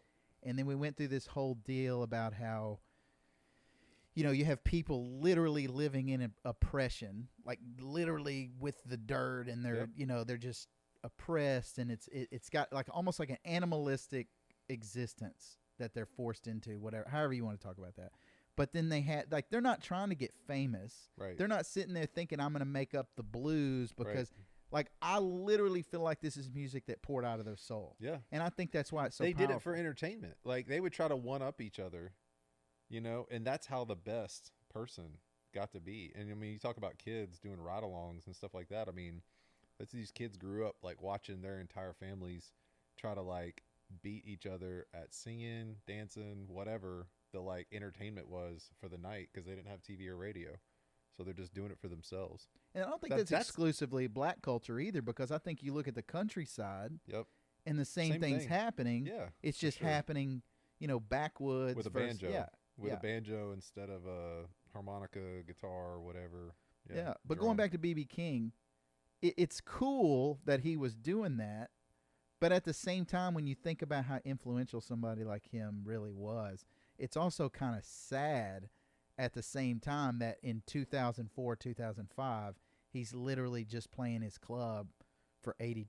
Right. You know what I mean? But then you have somebody like Aerosmith or Def Leppard, and I'm not trying to discount any of them, but I'm just saying, I don't think Def Leppard has the influence that B.B. King had, but I mean, they can come to Nashville with like Tesla and whatever other 80s bands they can scratch together. What was it? Chuck Berry used to... Dude, he'd play that, like, what is it, like Blueberry Hill, or what's that place called? Juke joints through Mississippi, like in the 90s and early, I want to say like 2000s. Nobody probably cared. We need somebody to look it up, but yeah, he was doing little juke joints.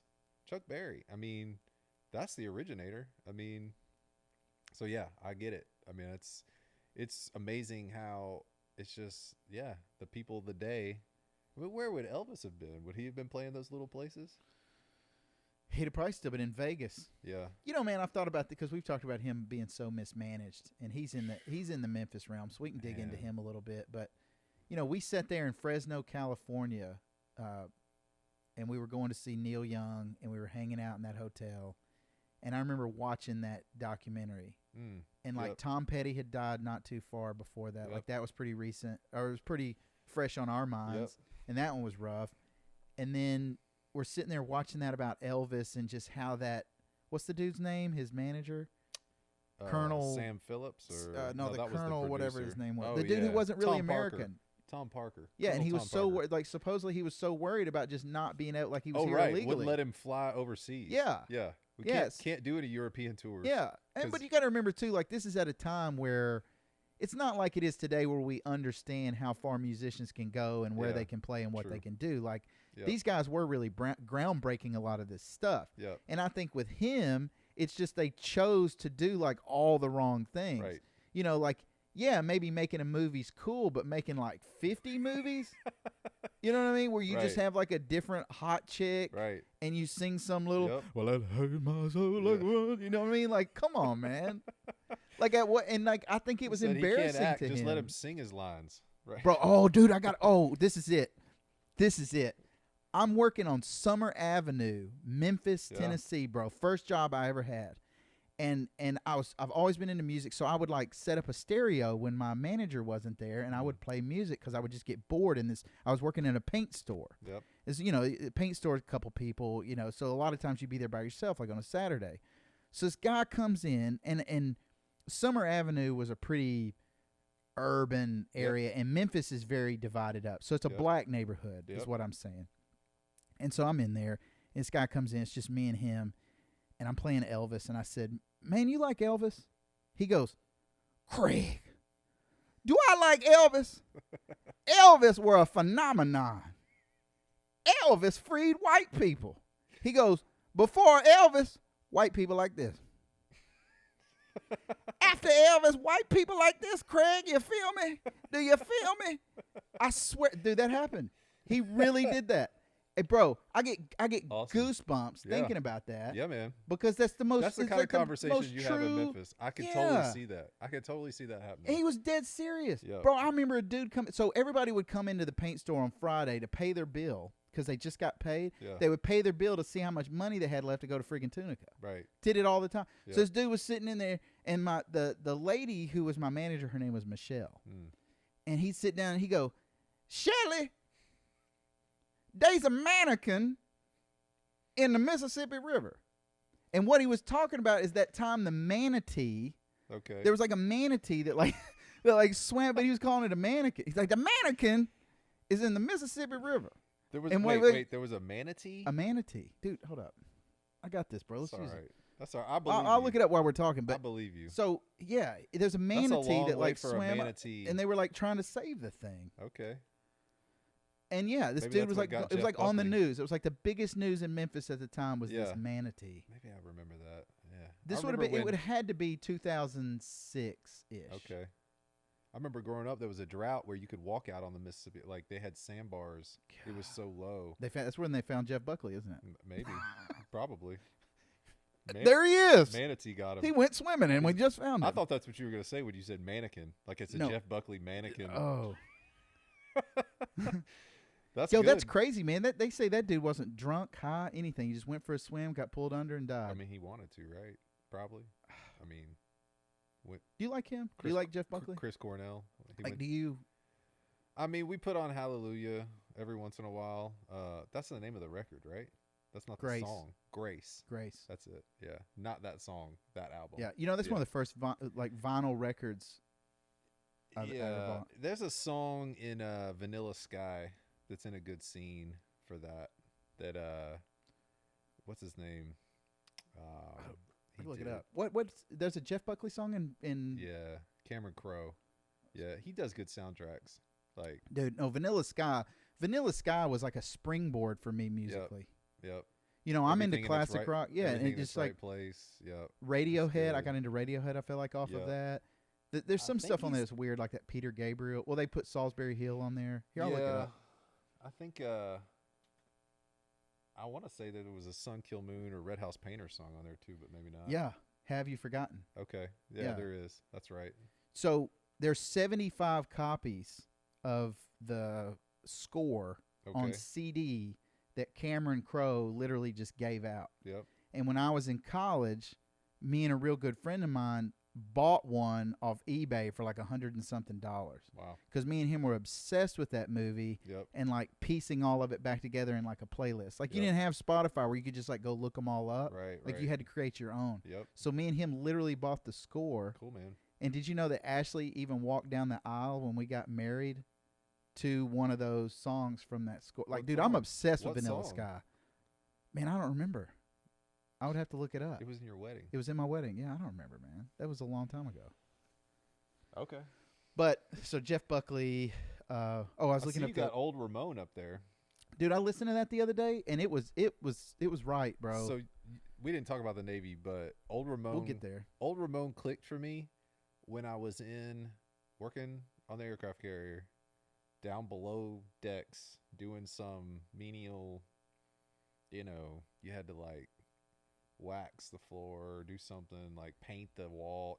Just like continuously like refurbishing the area, because that's one, there's not that much to do. Two, it just needs work, constantly, and they're trying to give people things to do.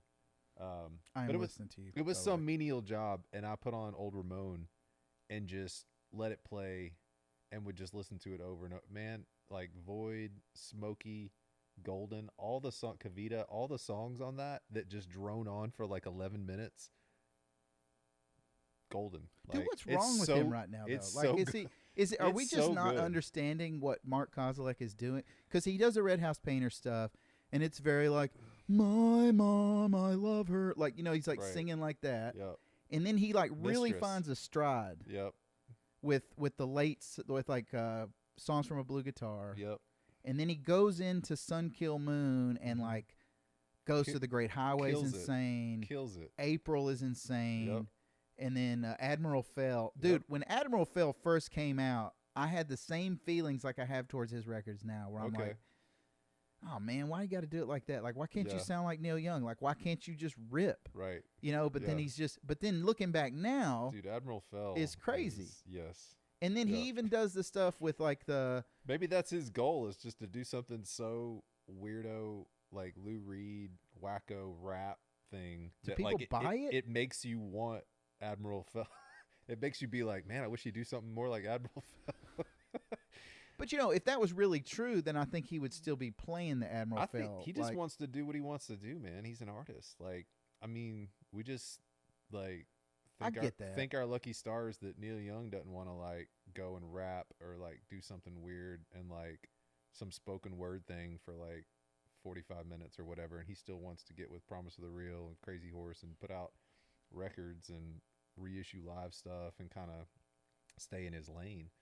Because, I mean, a lot of those people, I think they just get bored and they just get, or you could be like Willie Nelson, I guess, and do like standards. We put on Stardust, Stardust the other night. And I was thinking to myself, like, here's one of the greatest country songwriters of all time. One of the greatest guitar players. I mean, Willie Nelson is not the best singer. I love his voice. He's not the best singer, but he's a really good guitar player and a good songwriter. And I think made a name for himself writing songs before he really ever recorded Hello Walls and all Crazy. And I mean, that's like the most recorded song ever or whatever. Anyway, here's a guy who's a really good songwriter and puts out a standards record with like organ and like, it's all like Lerner and Lowe and like these old school, vocalist songs. But he just put out another one, like a Sinatra, like an recently. yeah. Hey, real quick before I look that up, what were we talking about? What were we talking about on the Vanilla Sky? We were looking for song. Well, it's got something off of Grace. I can't remember the song. Oh, titles. It's Last Goodbye. Last Goodbye. This is our bro. You want to hear a funny story about that? So I broke up with this crazy girl in college. And I was kind of into this record. Like, we would go to coffee shops or what. I'm not into coffee shops, but evidently she was. There's the track list. Yeah. So we would go to these coffee shops. Well, dude, she would get on my nerves. And when I was breaking up with her, literally as we're driving back from Jackson, Tennessee, to Freed Hardeman, which is where I went to college. And that's the song? And I played that song. And I thought, I was going to dump her. Yeah. Like, but she didn't know I was gonna dump her yet. That's a little on the nose, you know. That's and hey, baby, just let's not talk. Just listen to this. You just play that song. Yeah, but this happened. Did like, you get it? Did you get the message? So she's sitting there, and all of a sudden she got it. Like, she understood what I was doing, and she turned around and was like, "Are you playing this for a reason?" Or like, whatever. "Are you playing this for a reason, Greg?" And then like, yeah, then I dumped her. Like, it was cool because it like helped me go ahead and start. You know what I mean? I like these additional songs. My favorite things by John Coltrane. That's like, dude, that's like 30 minutes long, and then Keep On Pushing by Curtis Mayfield is good. Let's see. Dude, that Everything in Its Right Place, that opening scene, man. Yeah, so I know that you're not a big REM person. Dude, I had tickets to see REM when I was in college, and that girl that I'm talking about right now, her and a buddy of mine bailed on me. Pete Yorn was going to open for REM in Atlanta. Nice. And I had like killer ticket. You can vouch for me on this. I don't sit in crap seats. Right. Like, I don't go. You don't? Nope. So I saw, and they bailed on me, man. I saw REM twice. Once in St. Petersburg, Florida, Radiohead opened up. Yeah, I know the story's killer. Go ahead. Tell that. And like, we were, young. The way you've described it to me is it's one of those times where the opener definitely outshined. Is that the one you're talking about? Yes, absolutely. Yes. Like, so Radiohead opening for REM. Am I getting that right? And where was it? In St. Petersburg, Florida. So I lived in Fort Myers. Somehow I thought you said that was Seattle. Like, you saw him in Seattle. I have seen him in Seattle at an outdoor festival that they have there called Bumbershoot, which is like a rain thing. Wilco, REM, somebody else. They were like triple headlining. It was really good. But yeah, man, this Radiohead, when they got done, and they only played for, less than an hour, it was like 45 minutes. And a lot of the bands, OK Computer hadn't come out yet. So it was just the bands. High and Dry was real big. I think they had that video out. And yeah, man, when they got done, I was like, nobody was really listening. Everybody's talking. You know how it is with like an opener. Yeah. Half the people are in the bathroom. Half people aren't there. And dude, I hate that, man. Man, it was so good though. They got done, and I was like, that was the band. And I remember after that, I was like done, and I was like, I don't even care. REM. I mean, this was like REM had like, it was like Monster or something. Like, they started to stray like after a few records. Then they had a couple more, but that song "Sweetness Follows" that's in the movie, it's at a really good point, which is Cameron Crowe's sweet spot. He knows how to do that. Like, dude, he does. Place a song perfectly. That song "Sweetness Follows," that whole album, that's the one that Kurt Cobain was listening to when he killed himself. Allegedly killed himself. He's still alive, man. He allegedly shot himself twice in the back of the head with a shotgun. He used his foot, man. That's gruesome. That's gruesome. No, have you ever seen that? There's like there's like a movie where it goes through like what he's like, and it's like supposed to. It's really weird, bro. He was messed up, and it's got like some Velvet Underground music in it. Yeah, no, I haven't seen that. But anyway, so Automatic for the People. That's the record that song comes from. That record, and pretty much every record before that, starting with their first one, Murmur. Those are good, man. Those are like formative. I feel like super influential for all the like junk that's out there now, like indie stuff, or everybody that kind of followed in their way. I say junk, but I mean, some of it's good, but all the like Death Cab for Cutie, all of those bands, Decemberist, whoever, all of that stuff, none of that stuff, all that jangly, and they were just really kind of retreading the Byrds. It was like the Rickenbacker. You think so? I've never caught that. Oh yeah, for sure. That whole jangly guitar, like the guitarist for REM is like a Byrds disciple. Fanatic. Yes. And like the mumbled lyrics and kind of just like, I mean, it's a different strain of the Byrds. So what makes it not sound like that? Michael Stipe, like just the way he sings? Maybe. I mean, so it's definitely like a different strain of the Byrds than like, it's like say, an 80s version of it. I mean, I guess like Tom Petty. It. Well, I was going to say Tom Petty. So Tom Petty's channeling the Byrds in a different way, kind of more Americana, as opposed to like Joy Division roots, I guess. Or something. Yeah, I guess. Yeah. But I mean, that's a Southern band. REM's a Southern band from Athens, Georgia.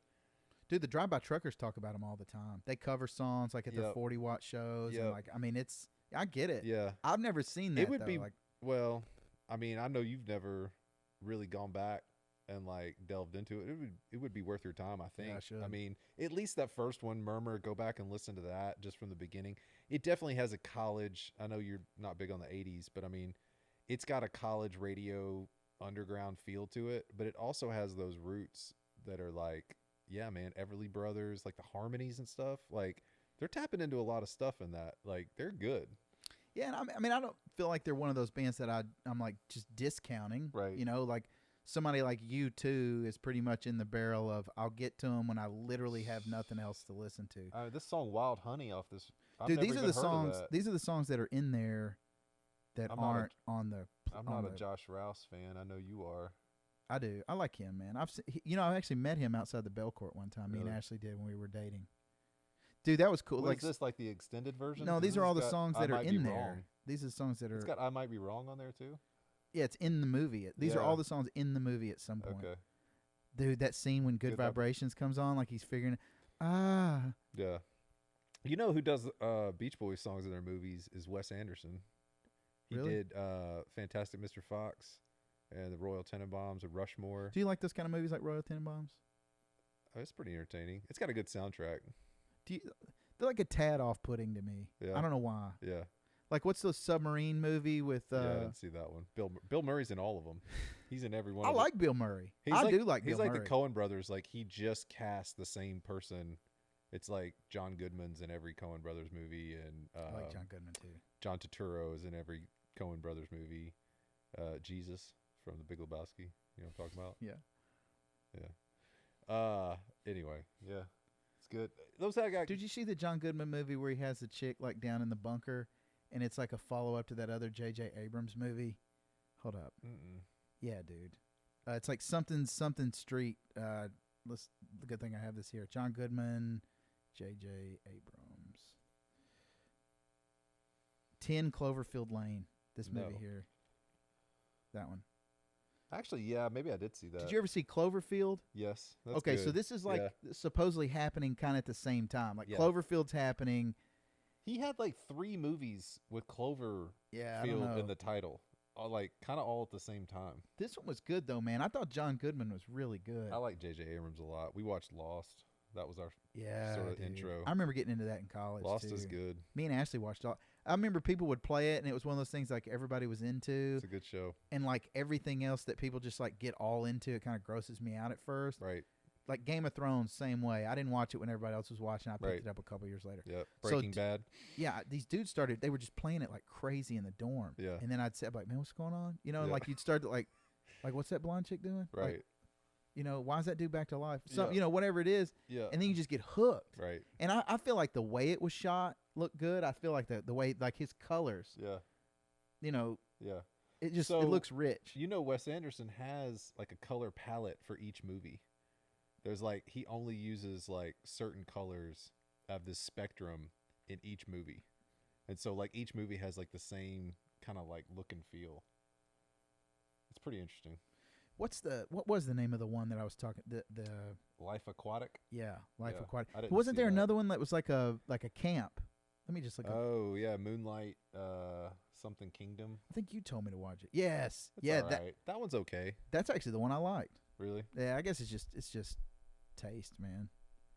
Fantastic Mr. Fox is good. Yeah. Do you like Quentin Tarantino? Yeah. He's from Knoxville. Do you know that? Really? Yeah, he really is. Huh. Yeah. That's weird. Dude, I want to say there's some weird people in Knoxville. Knoxville's different. I don't know anything about Knoxville, man, other than they're really proud that they had that World Fair or whatever like in 1970. I went to that. 1984. Yeah. I think 84, 85. Well, you know, man, that area, East Tennessee is absolutely beautiful. Yeah. And that park, one of the reasons they had it there is such a high percentage of the American population lives within like 8 hours of Knoxville, like on the Eastern Seaboard. Yep. So Virginia and yeah. It's kind of different. I don't know. It's cool, I guess. Yeah. It's nice I mean, to I've visit. seen some shows up there. I've had some weird times up there. I've had some good times up there, but yeah. So going back to Memphis, man. So your family moves to Memphis. Yep. Then what? That was a long segue. It was, man. It was worth it. Was there something else we were trying to figure out on the music? Like we talked about the Vanilla Sky. We talked about that one song. and then we stopped. There was something else I think we were going to go look at. But I think it was. I don't know. We were talking about Memphis and Elvis and whatever. Yeah, man. You've been to Graceland? Oh yeah, been to Graceland a couple times. Once when I was a kid, I took my girls a few years ago, and I think I told you they were super excited to be there because they had gone back and watched all the Full House reruns, and so they were big Uncle Jesse, John Stamos fans. Yeah. And now when you go to Graceland, they don't get a tour guide. They just hand you an iPad and they hand you a headset. And the first person you see when you open the iPad is John Stamos, and he's your tour guide for Graceland now. Really? Yeah, man. That's cool. Yeah. Well, he's a big Elvis dude. I mean, he's a big Beach Boys guy too. I was gonna say something about the Beach Boys. So, anyway, yeah, that's a good placement for that song. That if you can work the right Beach Boys song in, there's one in The Departed. I know we're off of movies, but there's one in The Departed, that Sail on Sailor. Doesn't CRB cover that? Yeah. Yeah. Yeah, that's a killer song. Yeah. Anyway, yeah, man, Graceland. What else? Dude, I had a beach. You know, when me and Ashley got married, when we said I do, we're walking back down the aisle. The song that played was. You go to the Heartbreak Hotel? You know you can get married there. No. Yeah. No, I got married in a church. Okay. In Ohio. Okay. Cool. Yeah. Good. But you said it was like you said it as if it was a weird thing to get married in a church. That's why I laughed. No. We weren't really, I guess it's only really outside the box. We got married in a church. I guess it's only weird to get married in a church if you're gay, right? Is it? Might be. Might be. I don't know. But no, man. So the song we walked down the aisle after we got married was "Wouldn't It Be Nice." Oh, really? Yeah. Okay. I didn't know that. Because my brother-in-law would not let me do "Hard to Handle." That's what I wanted. I wanted Otis Redding, "Hard to Handle." Yeah, and so I'm telling a friend of mine, I said, this dude that I know, I was telling him that I'm, hey man, I'm starting a podcast. I'm wanting to get people on, blah blah blah. And somehow we got on me trying to get my brother-in-law here. He goes, dude, the only way you should do that is if the intro to him music. Coming is "Hard to Handle." Yeah, man, we need some intro music. I didn't get any intro music. Get sued, man. I can't do it. I need to come up with my own jingles or something. Nah, I mean we're just promoting, I guess. All right. I'm over here repping CRB hard. You hard. They fall on hard times. times. Yeah, I don't know, man. I was going to ask you. I saw your Ravens reels over there. I was going to ask. It's signed by Raven. I think that might be the only copy signed by Raven. But himself. Are they going to do another one? Because that's volume 1. I was at that show. Yeah. Me and Ashley were at that show, and normally, you know how I always want to sit down in the front. Was that the Telluride shows? No, the Ravens reel is from Knoxville, Tennessee. Oh, okay. It was at the Bijou, or however I'm going to say it wrong, but Bijou, is that how you say it? I saw Ron Adams and the Cardinals there. With Neil Casal opening the show, also being in the band, and when he opened, Ron Adams played drums for him. When does he get uncanceled? That's what I want to know. I thought he wasn't he? I mean, if Pete Townsend could be uncanceled, I think Careful, that. Bro. Careful, bro. Careful. Yeah, go look that up on your own. Mm. But I don't know, man. I mean, here's the deal. Here's the deal with that. At what point do we understand that humans are humans? Yeah. Humans make mistakes. Right. And, they still have this gift. Yeah.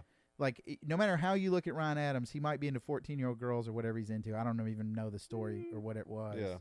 But he still has some gift that most people don't. Yeah. That dude can sing like a bird. I mean, he is, and write songs. Yeah. I mean, he's up there. I just don't understand the obsession with, you have to completely do away with somebody. Like, their career has to be over, right? Like, I mean, it's not enough to, like, shame them, pay a penalty, sit on the sidelines for a few years, do whatever sort of, like, penance you have to do. That's not enough. For some people, maybe for, I think for most reasonable people, it is enough. I mean, that's how our judicial system works. You serve your time, you pay your debt to society, you get to come back into society. But it's like today for some people, man, it's like they want you to be done and like buried. And then like, if you try to come back, somebody somewhere will like sniff that out and be like, remember what you did? Like, we've already been, you've already been canceled. I think that's the word cancel. It's like, that's done. It's deleted. So let me ask you this. If the president of the United States or whoever's in charge, right, whatever, just And you talking about Joe Biden? No, just anybody. This is fictitious. I mean, whenever there's a president that you agree, whenever there's a guy that like you're in line with, totally, he calls you up and he says, Matt Perry, we got a problem. This woke stuff has gone too far.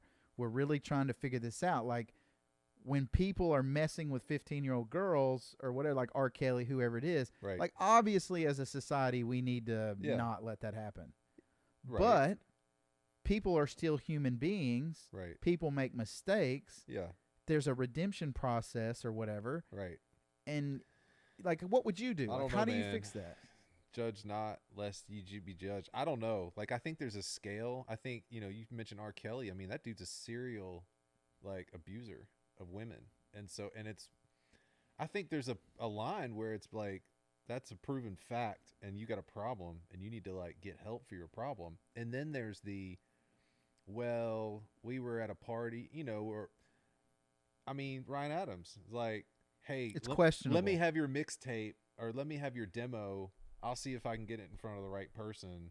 Hey, let's go hang out later. I mean, I don't know. Like, where does one line end and begin? I mean, I don't know. Like, I think I'm not justifying anybody's wrong behavior, but I think there has to be some kind of like scale. Like, I mean, human nature, we're trying to like push the boundaries and kind of like everybody's got a sinful nature. I believe. No, and I agree. And I might say something. I might, act a certain way, around people or something like that. And like, I don't necessarily want everything recorded or on video or, you know what I mean? Yeah. Like your parents to see or whatever. And so like, I don't know. Like, I think we got to be careful.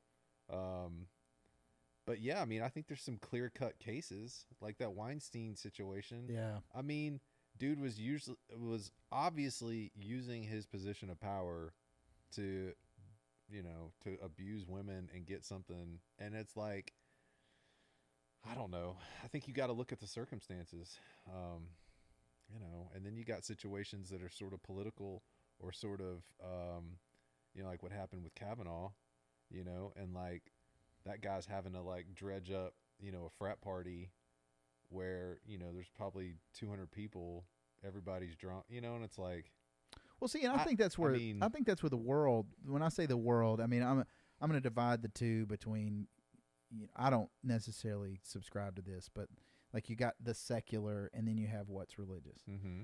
And the problem that I have is that you have the secular group who looks at the religious side and says, that's all stupid. It's all a bunch of stories that somebody made up trying to prove how we should treat each other better, blah, blah, blah. That's the way they see it. And then we look at the secular side as super conservative.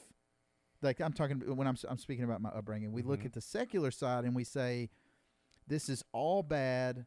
If you live in any of this, only bad can come of this, and you should stay out of all of it. Mm-hmm. But what we don't do as secular folks, they don't look and go, okay, there's some of these things that are really working for them. There's this whole like not beating your woman thing and like teaching your kids respect and like, it seems like at some point there has to be a scientific look at morality, a scientific look at religion, no matter what it is.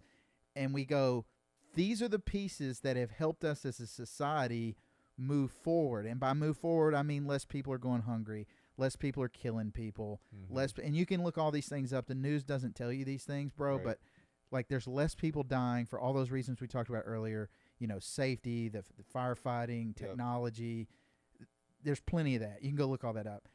But what there isn't, that seems to me, is this like adoption of some of the items that really help us as a society, like understanding that we're all flawed and nobody's perfect. Yep. And what I think you really see at this point, and then I'll shut up, is you basically see this insane left secular religion, and then this insane right, religion. Yep. And they're both kind of doing the same things. It's like there's words you can't say, there's things you can't do. Once you do those things, you're out, you're done for good. So over here it's you can't say the N-word, you can't say all this other stuff. Over here it's you can't drink, you can't drop F-bombs, whatever. You get what I mean? And it's like, But it's the same mentality. Like, they want reprogramming. These people are trying to train kids, like program these kids in a certain way. These people are training kids a certain way. And I just think that, man, most of the people in this country are somewhere towards that line. Yeah. Where they understand that, like, if I'm driving down the street and I slam into a telephone pole, but I drop a F-bomb right before I die, and then, like, I didn't ask for forgiveness or something, you know, like this just very, like you were saying earlier, like the red letter just, there's a comma there, man. What that means is, you know, that stuff. Like, to me, where I've tried to get my family, and then, like I said, I'll let you go back into what we were talking about, but it's love and grace, man. Like, I think it's that easy. I think it's, if I'm loving my neighbor and I'm trying to treat them the way I would want to be treated, so take the Ryan Adams situation. I mean, I'm not going to be hollering at, like, young girls, you know, but I do make other mistakes. Like, everybody makes mistakes. Everybody does things they're not proud of. Yeah. And sometimes you do it and you wish you hadn't immediately. Like, it's like, I don't even know how to describe it. It's like human behavior. You just, like, do these things. And it's like, man, what the freak did I do that for, man? Right. Like, I cannot tell you how many times, especially alcohol, dude. I'll get that out there right now. I don't drink alcohol now, but I have in the past. And most of the problems that I've ever had as a grown human being is because I drank some alcohol. And then how many times I've woken up the next day and I'm like, God, man. Yeah. Why? Right. You know, and it's like that kind of stuff, but you learn. But so, like with the Ryan Adams thing, like, at what point do we go, okay, this is a human being. He made some mistakes we really don't like as a society, and for a lot of good reasons. You know, you have daughters, I have daughters. I don't want Ryan Adams talking to my daughters. I don't want him hollering at them. Right. But he has a talent that the world still deserves. Whatever, you know, and I'll say this, whatever God or existence or purpose is. Yeah. He has something that we don't have, you know, from that. Right. Like, he's got some sort of purpose. Like, I'm never going to play Carnegie Hall. Yeah. I'm never going to, you know, whatever. Sure. He's talented for sure. So I don't know how you redeem. Like, I think there's certain people like Weinstein that it's not. That it's just, you know, it's like a serial killer or somebody that kills his wife or whatever. I mean, there's just certain things in society you just got to set the example that, like, no, never. Right. Well, I think also, too, like, you know, have your day in court, or have your, you know, like, let the evidence be shown, you know, and like, are you guilty of these charges or not? Or I think they actually acquitted him, didn't they? Who, Ryan? Yeah. I don't know, but I mean, I don't even know if he was charged. That's what I'm saying. Like, I mean, I think a lot of these things come out and it's like, oh, did you hear about so and so? Well, what were really the facts? I mean, it's so easy. Well, you see that with the Black Lives Matter, with like the Trayvon Martin type stuff. Right. Yes. You know, it's hands up, don't and shoot. I was so afraid that our society is going towards this. Right. You're guilty until you're proven innocent, or you're guilty in the court of public opinion. Right. And they create a narrative, and they get the narrative out there. Yeah, and some dude with zits all over his face keeps pounding this thing on Twitter, and then that's what everybody sees. Or a bot. It could be, yeah. Yeah. And so, and that establishes the narrative, and then everybody's like, oh, did you hear about so-and-so? Yeah, hands up, don't shoot. Yeah, he was walking away. That's not what happened, right? I mean, that is not like the facts of that case at all. The guy last year, after George Floyd, that dude who got shot in the back had a gun, or had a knife, was going for a knife, was going for and then had the knife. Came out when he was in the hospital after he was shot in the back and paralyzed and said, yes, I was going for my knife. Y'all chill out. Y'all stop burning down Wisconsin, because I was going for I mean, and so, you know, we can debate whether or not getting shot in the back is justified or whatever, and like whether that police officer acted appropriately in the situation. But to say that he was unarmed, and to say that he was like giving up, and like it was you know, obvious police brutality, excessive force, whatever, just to say that and to start acting on that, and to hold a press conference with the family where they're in tears, and to go through the motions, and like to get all that out there in the news cycle, is wrong, man. It's like, it's false, you know, and it's like people act on that stuff. And then you got people in, you know, Fort Lauderdale and Boston and these places that have nothing to do with that at all, decide they're going to go downtown and throw some Molotov cocktails at some business you know, and then you got the fire department responding to it. Come full circle. I mean, I don't know. I think, yeah. I mean, back to your thing on, you know, secularist versus, you know, church people in the church, things like that. I mean, I think humanists, it depends on your worldview. So humanists think that like we as a society can get better if we just have the right programs and the right societal plans and processes, and if we have the right government agency that's overseeing certain things, and like if we do enough scientific discovery, like eventually we'll reach this pinnacle utopia as a race, as a human race. And they don't acknowledge God or believe that God is in the mix, and that's you know, something that's an ancient, you know, it's Jedi mind tricks or something. That's like voodoo. And so there's that. So I think that those people, they're like, what kind of processes can we put in place to where Kavanaugh doesn't never end up at that frat party, and like that's wrong. And like, you know, the hockey players and or was it the Duke lacrosse players, that was back I think in the late 90s. Yeah, and then you got the Vanderbilt one. This whole story about these lacrosse players at Duke that were like in this big rape scandal that they got charged with. They were all kicked out. They were all, you know, canceled. I mean, they couldn't get jobs, completely ostracized from society based on these allegations, and it all turned out to be false. And Rolling Stone wrote a big article. Everybody's on the cover, and it's like this big narrative. And that was even less so back then because you didn't have as much social media. You still had social media, but not as much. So I just think that, you know, these stories get out there, and it's like you got to come back to the facts, you know. And I mean, I don't know what Ryan Adams did or didn't do or whatever. And it's, I mean, just him as an example. But I mean, let the facts come out. If there's something that he needs to do, you know, some sort of, you know, recovery with himself or with the individuals involved, or go to jail or whatever it is that our judicial system has said that is the penalty for that, then let it happen.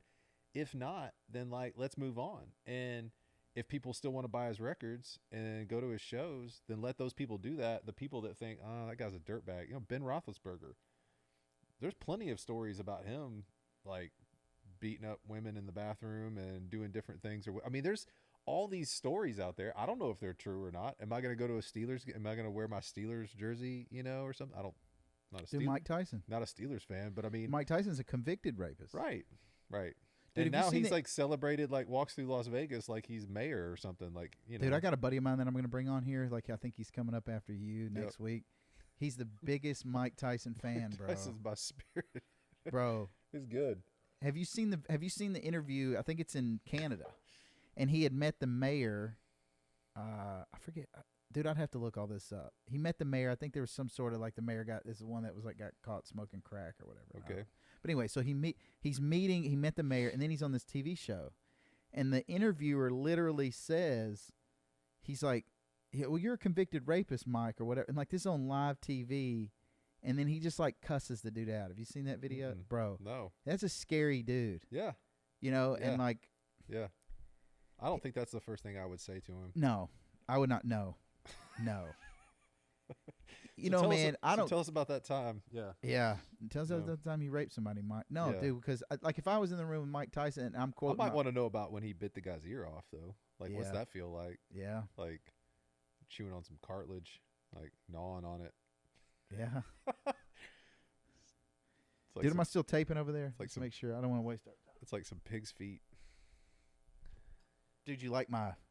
Is that Lincoln? That's Abe Lincoln, man. Abraham Lincoln. Abe Lincoln. Yeah.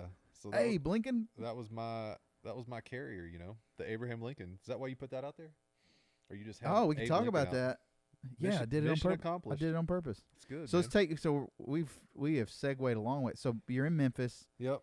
and then you join the Navy. You just straight up join it. How'd that Mm. work? How'd you end up in the I Navy? had moved back to Nashville and was How old were you? 20. So did you go to college?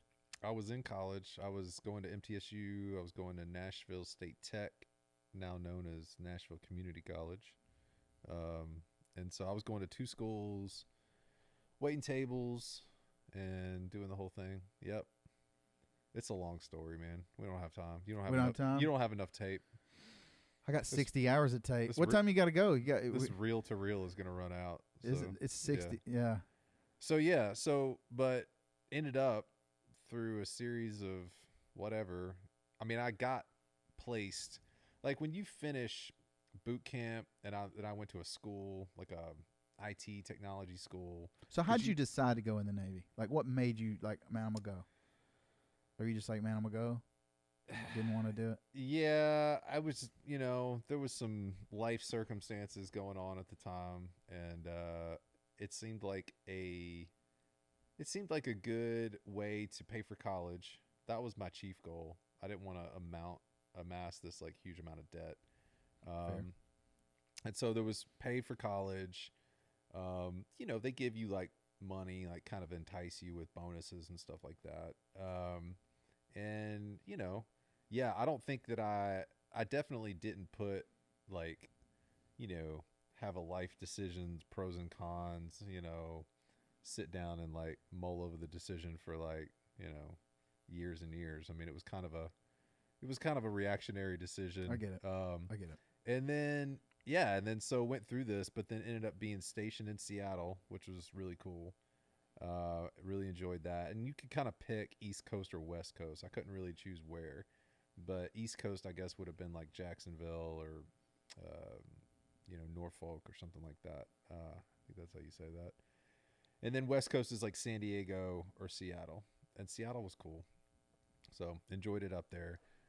So when you go in the Navy, how do they decide? So you ended up on this aircraft carrier, but how do they decide like what you're going to do? So you choose based on like an aptitude to like an aspect. Like you take a test, you're going through classes. Yep. And they're like, doing hey, that? you can do nuclear, or you can do this or that, or hey man, you didn't score very good. You need to think about, being a cook or being I don't know, like being I don't know, something. Deck swab or like I don't know, or like a sentry or hey, like, what about the dudes? How do those dudes that are like in the little suits and they're like bringing the planes down? They're like bringing the planes down, like Top Gun. And they do the little thing, and then they got bigger headphones on than us. Yeah, and like a vest. Yeah. What are they listening to? They're listening to Scorpions. I think they're just trying to protect they could be. Yeah, man. So, but like, yeah, I don't know. I mean, those guys, I think that's a super dangerous job. I think they get. You think? They get. They get. Well, I said I think they get like. Hey, bro, you scored really bad. You're pretty stupid. You want to go up there and do this thing, bro? I think they get like double or triple pay for doing that, because the statistics are not good. I mean, you could get blown off. You could get, sucked up or blown off. Either one, I guess. So yeah. Double, triple. The bomb guys, like the bomb diffuser people. Yeah. My father-in-law was telling me a story about, he's a pilot, and he was telling a story about the pilot guy that he was talking to, and he had been a pilot in the Navy and was like landing on an aircraft carrier, and like we were doing something. I guess we were talking about parking cars, or I can't remember what it was, but it was basically like it's better just to like, just to give up, or the shame. Maybe we were talking about fire alarms. Like I was saying, if the fire alarm goes off in your house, like I'll be shamed out of the fire department. So like, don't let the fire, just like, it's better to like let the house burn down than like to me to have to go and say, hey, we tripped the alarm and like, or did something stupid or whatever. And he was saying that pilots landing on an aircraft carrier, like there's this like shame, and like if you miss, then you have to like veer off and like circle back and like do it again, that they're just like, it's better just to go ahead and like just go ahead and crash in the water, just like hit the end and like just blow up. Like it's better to do that and save face than it is anyway. Yeah, man. Is it real macho like that? Like when you're in the Navy? I mean, is it for the pilots? I guess it is. Yeah. Yeah, but man, we saw some crazy stuff. We saw. We were over there for Shock and Awe in 2003. So they had all these like, weapons of mass destruction. I don't want to hear any of your Bush derangement, conspiracy theories. I won't even get into it. I don't want to hear about 9/11 and the towers. So they had like, these weapons inspectors that were there looking for that, and then they all got moved out, and then like Hillary Clinton and all these people, they all voted, and they all said, "Yep, we gotta go, we gotta bomb." And then so we were over there, and so all that happened, and then we were on our way back. Stopped off in Perth, which is in Australia, and yeah, it was good. And then came back and then put up the banner. Man, it was the big mission accomplished. So you were there, like what he's talking about. Yeah, we should pull it up. You want to pull it up? Let's pull it up. There's a picture on the flight deck. I can't see myself. It's too blurred out, but I remember where I was standing and all that. So I probably. So how far out in advance did you guys know he was coming? I think we found out like a day or two in advance. I mean, I'm sure there's some people that knew before that, but let's see. I think if I had had more initiative at the time, then I probably could have like, you know, been in like eating lunch or doing something like, cause I mean, they come in and like he sits down with people and you get to meet him and all that kind of stuff. We're going to show the whole clip. No, I'm just going to play it, man. We can sit here and talk about it. Look at this, bro. So set him up, man. Once this comes up, so tell me what's happening. Yeah, here. So we've been over in the Gulf for, I don't know. So is that him coming in here? I think so. He came. He literally I think he was a pilot, or his dad was a pilot in World War II. I know that. So is that his dad flying? He was in the Air National Guard. Wouldn't that be one of those times he's just like, screw it, man. I'm not gonna make it. Doom. Just goes to that. So the president is in this. George W. Bush is in this plane. Okay. No, I'm asking. I believe you. I don't know. Well, I didn't. You were there. So I think he landed, but that's not when they did the whole flight deck ceremony. Like he lands. Okay. He gets that's out. What I'm getting at. Yeah, he gets out. I know you were. He gets out. He does the whole thing, and then let me pause this right here. Maybe the next day, he's doing the whole mission accomplished. So that plane on the tail said USS Abraham Lincoln. Yeah. So do you guys have like a plane that goes land and back, like bringing? Like how does that work? Yeah, this was off of near San Diego. So we're probably like 30 minutes off the coast of San Diego. So do you have like just C-130 or whatever that is? I don't know. I'm not sure what it is either. That's a 700 right there.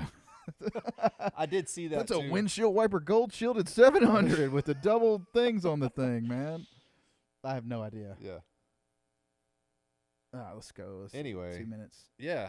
So that was the deal, and then he got blasted, you know, because it said mission accomplished, and then we spent the next 12 years in Iraq, and the next 25 years. Okay, hold on. Let me back that up. So Afghanistan. There he is. He was a pilot, or no? He was. His dad was for sure. His dad was for sure in combat, like World War II. He was in the Air National Guard. I don't think he ever, you know, like served active duty, whatever. Yo, so real quick, that's the only thing I'm gonna say about him. Do you think swagger? Do you think it's circumstantial that when him and his dad were both in office, that it, because we're like, oh, you know, like when you look back on him, it's hard to say that he didn't manage the country at one of the toughest times ever. Like we get attacked, you know, we're going back over to Iraq and the Middle East or wherever, whatever we're doing over there. Yep. Like he had some stuff going on. Yeah. But is that because him and his dad are like these guns a-blazing like Texas types, or is it because people were legit? People were already attacking. So the USS Cole was bombed before he got into office, right as Clinton was on his way out, like 1998. That was in Yemen, and that was a couple of guys that had just a whole raft full of explosives and just went into the port of Yemen, stood at attention at the front of the raft, and just plowed it into the side of the USS Cole. And I don't think it sunk, but I mean, there was like, I don't know how many people died in that. That happened in like 99, 98, 99. That was I've never heard of that. Yeah, man. That's crazy. Yeah. So that was in the run up to like 9/11. Absolutely. Dude, this stuff was happening everywhere. Like, yeah, there's several well documented. Look at his neck. That dude's been in some fights. His neck, not so much. Yep. Look at that dude. That's the crazy dude you're talking about. Those dudes are insane, aren't they? Like, he's not listening to a word. That dude's listening to, like, Nazareth right now. Look at him. He's on acid. Oh, that he has no idea what's going on. That guy in the back. I thought you were talking about the pilots. Yeah. Yeah. They're cool. Their helmets are cool. They got all kinds of. So did you guys know this was going on? Like, when you're on the boat and he's landing, and like, you guys knew all this is happening. Right. Like, where are you? Somewhere down below, like, I don't know. Like, do they try to keep people away? Like, I mean, because you guys are armed services, but it seems like they're still only going to places you go and can't go anyway. Like, there's only like some people that even get up to that whole crow's nest, area, like up above the flight deck. Like, not everybody's just like walking around like it's a mall or something. Like, you just go wherever you want to. I mean, people kind of stay, what is this? Dude, there's a really, this. Are they at Graceland? Yes. Is that the Jungle Room? Yes. That's cool. I can't blow that up any bigger. Oh, because he wanted to go? So here's what I want to know. I'm tying two things in here. Japanese people like Elvis? Is that what you're trying to say? Yeah. So when he brings the Japanese prime minister over here. Yeah. He's hosting him. And then, like, just so people, dude, that Jungle Room is so if you've wild. never been to Graceland, you cannot be where they are. Right. So here's the thing. Like, because that carpet got soaked. You heard that story, right? That wall fountain, like, it broke a couple of times. It's been flooded out several times, that whole room. So is that like a waterfall? Yes. I never knew that. You've never been? No, I've been. I didn't know. I've never. You weren't listening. We didn't have tour money, bro. I just walked through. I haven't been in years. Yeah. This was like they've done a lot with it. They changed the whole car. I need to take my kids. They changed the car situation. Remember they used to have his cars were just like parked outside, like in a carport, like that you would see down the street, and like now they built a whole museum for the cars. That's cool. And like it's they pretty should, cool. Man. Yeah. So here's what I want to know about this. So the prime minister's coming. They don't let people in the upstairs private area. Bedrooms. Yep. But when you have a president he still lives up there. He probably. Dude, there's some upstairs pictures of it too. Have you seen that? There's like pictures of like there's these big like padded doors, like big black padded doors. Okay. Why? I guess sound, man. I don't know. Shoot. What's going on up Porno, there? bro. I have no idea. So here's what I want to know. When the Secret Service, when the president of the United States is going anywhere, like if I had Joe Biden sit here, okay, like not only would that conversation only last about 3 minutes and 20 seconds. He's next, right? He's next. It's my buddy Joe Biden is coming. Yeah, but if he was coming, the Secret Service would come. They would, hey, is it safe? Is it a trap? They would check and make sure I don't have explosives set. You know what I mean? Yep. So what I want to know is if they don't allow anybody to go upstairs in Graceland except for the curator or whatever, like. They had to. Oh yeah, Secret Service. Yeah. So there's some Secret Service dude out there running around that's been in is that Elvis's just like a bedroom. story? Is that what you're saying? Yeah. Yes. Is he gonna write a book? I want that guy here. Here. There's a guy out there somewhere. Maybe multiple. It has to be at least two guys. It seems like something they would want two opinions. Right. That's been there. Yep. Nicolas Cage has too. I'm pretty sure. He sat on the toilet. I'm pretty sure. Yeah. I think that's the story. Was he married to Lisa Marie? Lisa right? Marie? Yeah. Really? When he was a teen, he took that honeymoon in Vegas stuff. Like pretty serious. Pretty seriously, man. Wasn't he in that like 5,000 miles to Graceland too, or is that somebody else? I don't know. 3,000? Whatever. Yeah. I don't know how many miles it is. Yeah. It ain't 3,000 from where I'm at. No, it's not. No. So yeah, man. So going back to I've never seen this before. What made you bring this up? I would think I was there. I was living in Memphis when this happened. Oh, okay. Like Air Force One comes into Memphis. Okay. And they go to Graceland. This guy had to go to Graceland. That was what he wanted to do. Yeah. Man, I don't know what the statistics are, but I think it's like second behind Disney in terms of tourist attractions. No, I believe that. At one point, maybe not still, but I mean, it's been up there on the list. And you're talking about a guy that never played a show outside the United States except for the Germany one and then the Hawaii show, right? All because of Tom Parker. Hawaii is part of the United States. I know, but I mean, I'm saying outside continental. CONUS. Yeah, that's good. The lower. I think the Hawaii people would back me up on what I just said, but yeah, they would. Aloha. I mean, it'd be like if he played in Puerto Rico. He was getting fat during that show. Like, I want to like that show, but I don't know. Dude, there's a sad video, man, of like where he's fat. I can't watch that video. Don't watch that video. Don't bring that up. It's rough, isn't it? You know what I'm talking about, though? Yes. It's like he's just sitting there and he's like, dude, yes. It's like laboring. It's a few days, and his hands are like just big old sausages, like just massive, so bloated. He can't play piano. He's like just mashing the keys.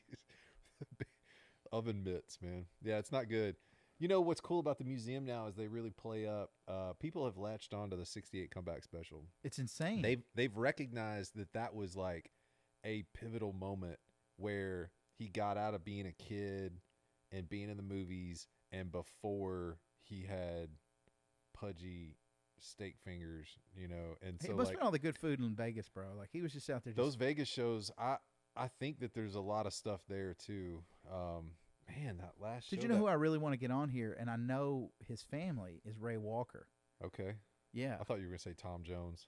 No, man. Somebody Ray Walker from Las Vegas. Ray Walker was a member of the Churches of Christ, which is what I grew up. Yeah. I think he still is. I want to say he's like an elder or whatever. But when I was a kid, he would lead singing. Is he in the Jordanaires or yes. something? Or yes. okay. What do you mean? No, I didn't even know. Here, okay. Ray Walker. I believe you. Dude, there's pictures. There's pictures of him.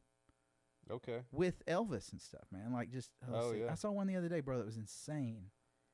Jordanaires are good. But you know, all man, that gospel stuff, my grandmother, that was her favorite. Dude, I don't know which one's him. Here we go. This one looks good. So here's the thing, man. Somebody like Ray Walker, I'm sure, has been asked about Elvis for his entire life. But what I want to know is about him, man. Like he was a part of this stuff. Which one is he? I don't know. I don't know. I'm awful. Ray Walker with Elvis. But dude, he was there. He's on Don't. Yeah.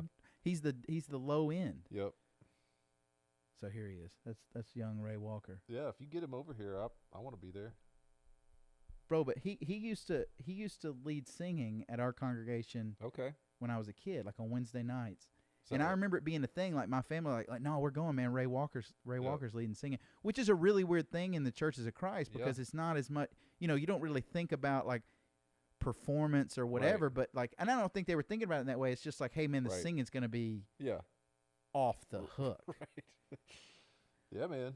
Cool. On Discogs, bro. Centerville. Hey, this is what he looks like now. Yeah. Centerville, Mississippi. That's probably what it looks like about 25 years ago. Yeah, Centerville, Mississippi, 1934. Cool. But yeah, man, so he was there. Like, think about the people that were around Elvis and seeing all this go down and that were a part of these recordings. And I mean, it's such a monumental part of American history. Yep. And then obviously so, because you got the Prime Minister of Japan wanting to see that. Pull up that picture of him doing some karate. Who? This one right here. I think he's trying to do some karate moves. I mean, or something. I'm not sure what that is. There's Lisa Marie. That's Lisa Marie with the president. And that's Priscilla. Yep. Don't you have it backwards? Or is that who they are? Priscilla. No, Priscilla was his wife. Lisa Marie's his daughter. Okay. Do you know there's a story they tell? I don't know if they still tell it down there, but Elvis realized one time that Lisa Marie had never seen snow. And they used to tell this as part of the airplane exhibit, I think. But he realized she had never seen snow, so he had his pilot take them to Colorado, I think. Mm-hmm. They got off the plane. She played in snow for a little while. They got back on the plane and came right back. Sometimes that's what you got to do when you grow up in Memphis. Yeah. So, dude, the rest of the shock and awe. So, you're saying he lands on the deck. Yep. He's meeting these guys. And, like, how long's he there? He was there for, like, a day, I think. I don't know if he spent the night or not. But he came in, had a meal, does a whatever briefing, you know, kind of thing, some meetings, and then he gave this speech. I don't even remember what he said during the speech. I don't even know. I'm pretty positive he didn't actually say mission accomplished, but the banner said mission accomplished. That was like draped over the whole aircraft carrier. So that's what people. So why is that so controversial? Because we spent the next 10 years in Iraq and the next 25 years in Afghanistan. So how long into the conflict? This was 2003. Yeah, that's what it said. 2003. Yeah. So how we spent 10 years in Iraq, maybe? I don't know. I don't know all the stats and I don't know. But we spent a lot of time there. It was definitely not over. I think that was the point.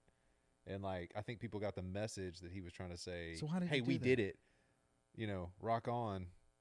Fist bump. Was he doing that because there was an election coming up in 2004? Like, I don't understand. I mean, everything's political, right? So, I mean, I'm sure there was some of that. I mean, he wanted to do a victory lap, right? And then it sort of backfired, and they're like, whoa, what do you mean we're victorious? Like, you know, like it's over? And they're like, no, not really. Well, then it's not, you can't say that. And so, yeah, I mean, it was poor messaging for sure.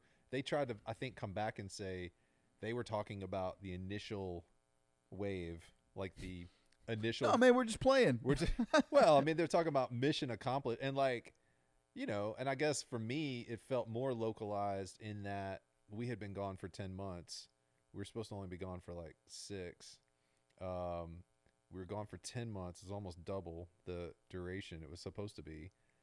I felt like we had done the job that, you know, everybody at the time, now history has gone back and sort of scrubbed, you know, you can't find on the internet that Hillary Clinton and other people voted the same way.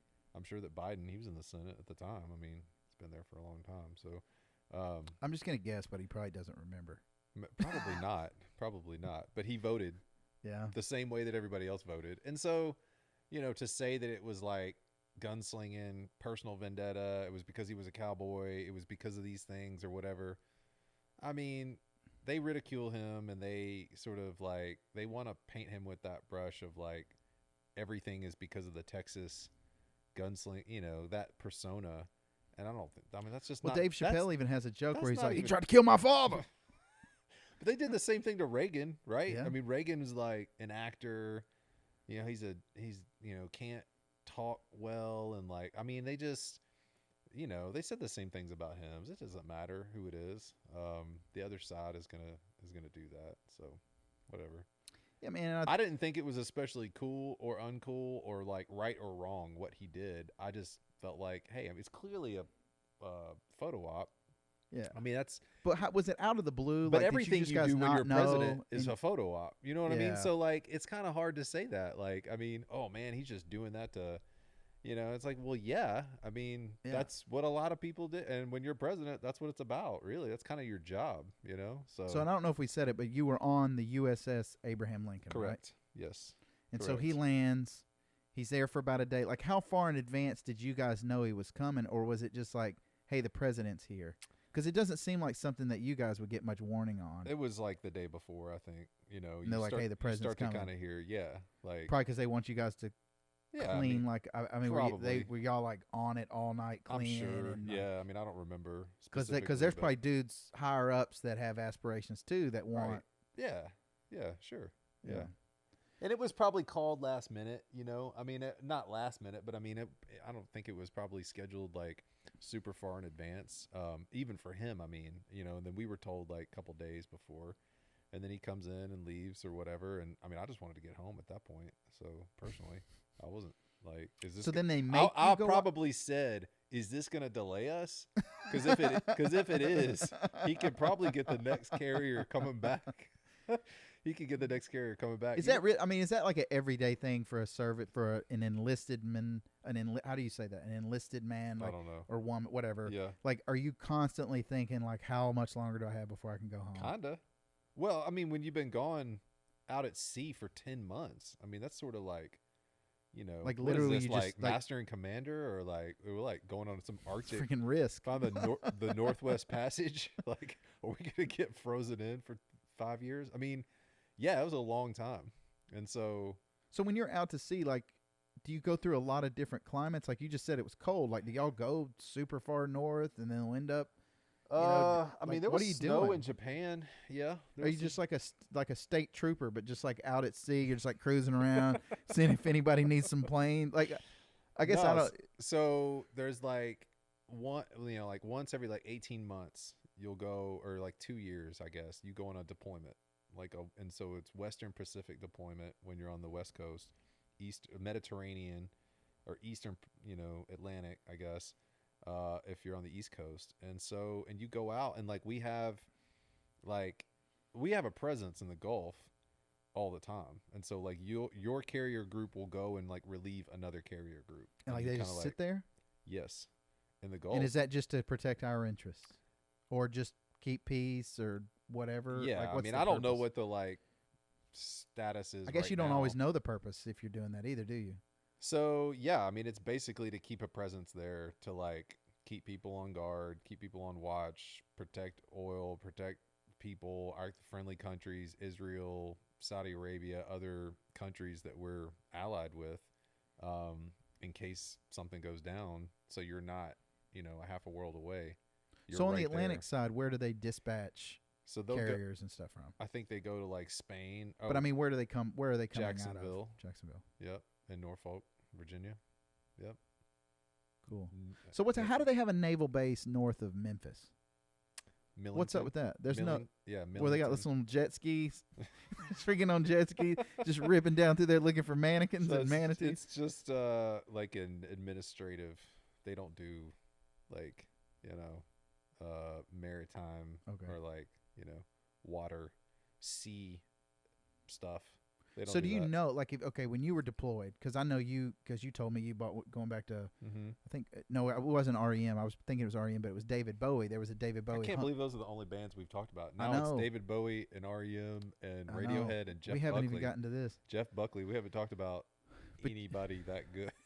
But you said you bought Hunky Dory. Yeah, I did. Yeah, I mean, I just went Kong. through phases. I also had like Yankee Hotel Foxtrot and like It Still Moves and like these records. Were you like picking that up in Kuwait? Like, I think I had those shipped to me. So I would do like, I mean, I would just order records. Does that take like twice as long? We shipped to some of those. What are they called? The FPO and MPO or something like that. Yeah. For sure. Yeah. Did you know there's a thing? It's like a thing. I got that Hunky Dory because it's Japanese. So I mean, there was like, they've got kind of like bootlegs and different versions of different covers and like all that kind of stuff. That's so what's up. I could have, like, if I had been collecting, it would have been a great place. Dude, I knew the guy who used to own Arrows Aim Records. When I say knew him, I knew. Where is that? It's in Gainesville, Florida. Okay. I don't know if it's a cool record store now. TP. But it used to be really, really cool. They got a statue to him there. They should. They do. They should. Yep. Sorry. But he would go to Japan every year. Him and his girlfriend, they would go, and he said they would buy. He'd have this stuff in the store, but he would buy tons of stuff in there and bring back everything he could in suitcases. I don't know how you'd ship that back. That'd be so expensive. He brought it back. Suitcases. The way I understood. Man. But he would make enough money off of the stuff that he would buy when he was over there to pay for his whole trip. That's what he said. I don't know. Yeah. I mean, he knew what he was doing. I'm the not dude sure how had that adds up, but maybe. Well, he had some killer stuff, man. Like I bought that Filth Hounds of Hades tank from him. Now I've since sold it, but it got I bought that 7 years ago. Yeah. 6 years ago. Okay. And then I think it was the last season of Stranger Things. Oh, really? In one of the boys' rooms, there was a poster on the wall of Tank, Filth Hounds of Hades, and then like everybody wanted it. Really? Yes. Okay. And so it got up to where it was so expensive. You guys watch that show? Yeah. I'm about to show it to my kids. It's good. Are you? Yeah. We tried to do that. Yeah. I mean, what do you get, nightmares? I mean, what's the downside It's just of that? a little, I don't know. You think of it, it doesn't seem like anything to us, to me it seems like Goonies or something, but it's a little, I don't know. I mean, no, I don't think it's scary. I think there's a little bit of adult, like teenager themes, like premarital sex and stuff like that. Yeah, there's some of that I would want to keep out, I think. There's that. Other than that, I don't think it's a big deal. Really. I mean, I don't know. It depends on what age. It's a little on the bubble. Kids might be a little young. So to finish the Navy thing, man, because we're bouncing around. So he comes. You have to watch the speech, or everybody wants to go? I can't remember if we I'm sure you didn't have to go. I mean, you can like fake an illness and get out of whatever you want, right? I mean, yeah. Hey, my stomach hurts. Hey, man. You just got to pick the right one. You can't be like, hey, man, I got jaundice. You need to be outside, man. Let's just go listen to him. I got a sunburn. So he's like out on the deck. Yeah. Can't you tell I got a sunburn perpetually? Yeah. No, I don't know. I don't remember. I mean, I wanted to go up there. I mean, I think it was cool. Yeah, we hit the firefighter thing hard this time, man. If we do this again, I think we need to hit the Navy thing hard because I feel like I have so many questions on like going port to port and like. There's, I mean, like the cultural we did go to some differences cool places for sure. Like I guess the one question that I have right this second that I can think of that I think would be interesting is, did you ever see anything that you felt like was like a different side or like a lower side of humanity, meaning like mistreatment of people, like when you're in port and you're in, I don't know how much interaction you have with the people in that society, but like, like you see these movies like where they're in Vietnam and there's chicks like doing coke and hookers and like, but no, seriously. So, and then you hear Sturgill Simpson singing about it, and he's like, I've seen almost the whole world from the inside of a bar. So I mean, you just get the sense that like it kind of goes buck wild when these dudes come to port. Yeah. I mean, I guess it depends on what kind of dude you are, but I mean, I guess did you see anything crazy that like you just see it and you're like, wow, that's completely different than where I'm from? What, like a wet market, like some bats I guess anything. I Don't. So yeah, I mean, I would say that Hong Kong is definitely like there's some weird places, like temples and shrines and like just weird stuff. Like I'm sure it'd be the same if you went to like Bulgaria or like Romania or like some other like or Budapest, some like sort of like non-Christian, like godless kind of like world, and like where there's like a different. I mean, you can go down to I almost said Bill Street, Bourbon Street, and like walk by like a little voodoo hut, and like I get kind of weird. I'm like, where are we? Like this is weird, man. Like what? Like did you get that when you walked in here? A little bit, yeah. A little voodoo vibe. That's what I have, bro. A little voodoo vibe. It's not like Bourbon Street or anything, but we need some like 80-ounce drink with like a huge straw in it or something like that. But dude, I see those in Vegas. What is up with that? I don't know. Like the ones that are like this tall? Mind erasers or something, or like some crusher. I don't know. I think it all came from Panama Some random City. price, like $16. So, yeah, man, I don't know. I don't remember like a wild incident like specific. I will say it was weird. So we went to Nagasaki. Actually, we pulled in Japan to Sasebo, which is like the southern end port, whatever, but it's near Nagasaki, so you can go there and you can tour Ground Zero where the bomb was dropped, Hiroshima and Nagasaki. And so they've got all these like artifacts and like memorials and stuff to like the people that died there, and it feels a little weird, and everybody can tell that you're American service member, so like I felt weird being there, like, hey, we had dropped a bomb on your great grandmother or great grandmother, or grandfather. I mean, I don't know what the generational gap was, but it still seemed recent to them at least. Or I felt the like pressure of it being like, hey, this is kind of recent, like, or it felt weird. And like, because I mean, there's a whole section of the city that's just like blown away, and then they've got to still have some fallout stuff going on or whatever. I mean, maybe they do. I don't know. There's a dude that was at both cities. No, I didn't know that. It was like one dude. Yeah. So we pulled in because I don't know if it's because the Abraham Lincoln's a nuclear carrier or not. You were talking about like nuclear subs. So there's different classes of ships where the Lincoln is a nuclear carrier.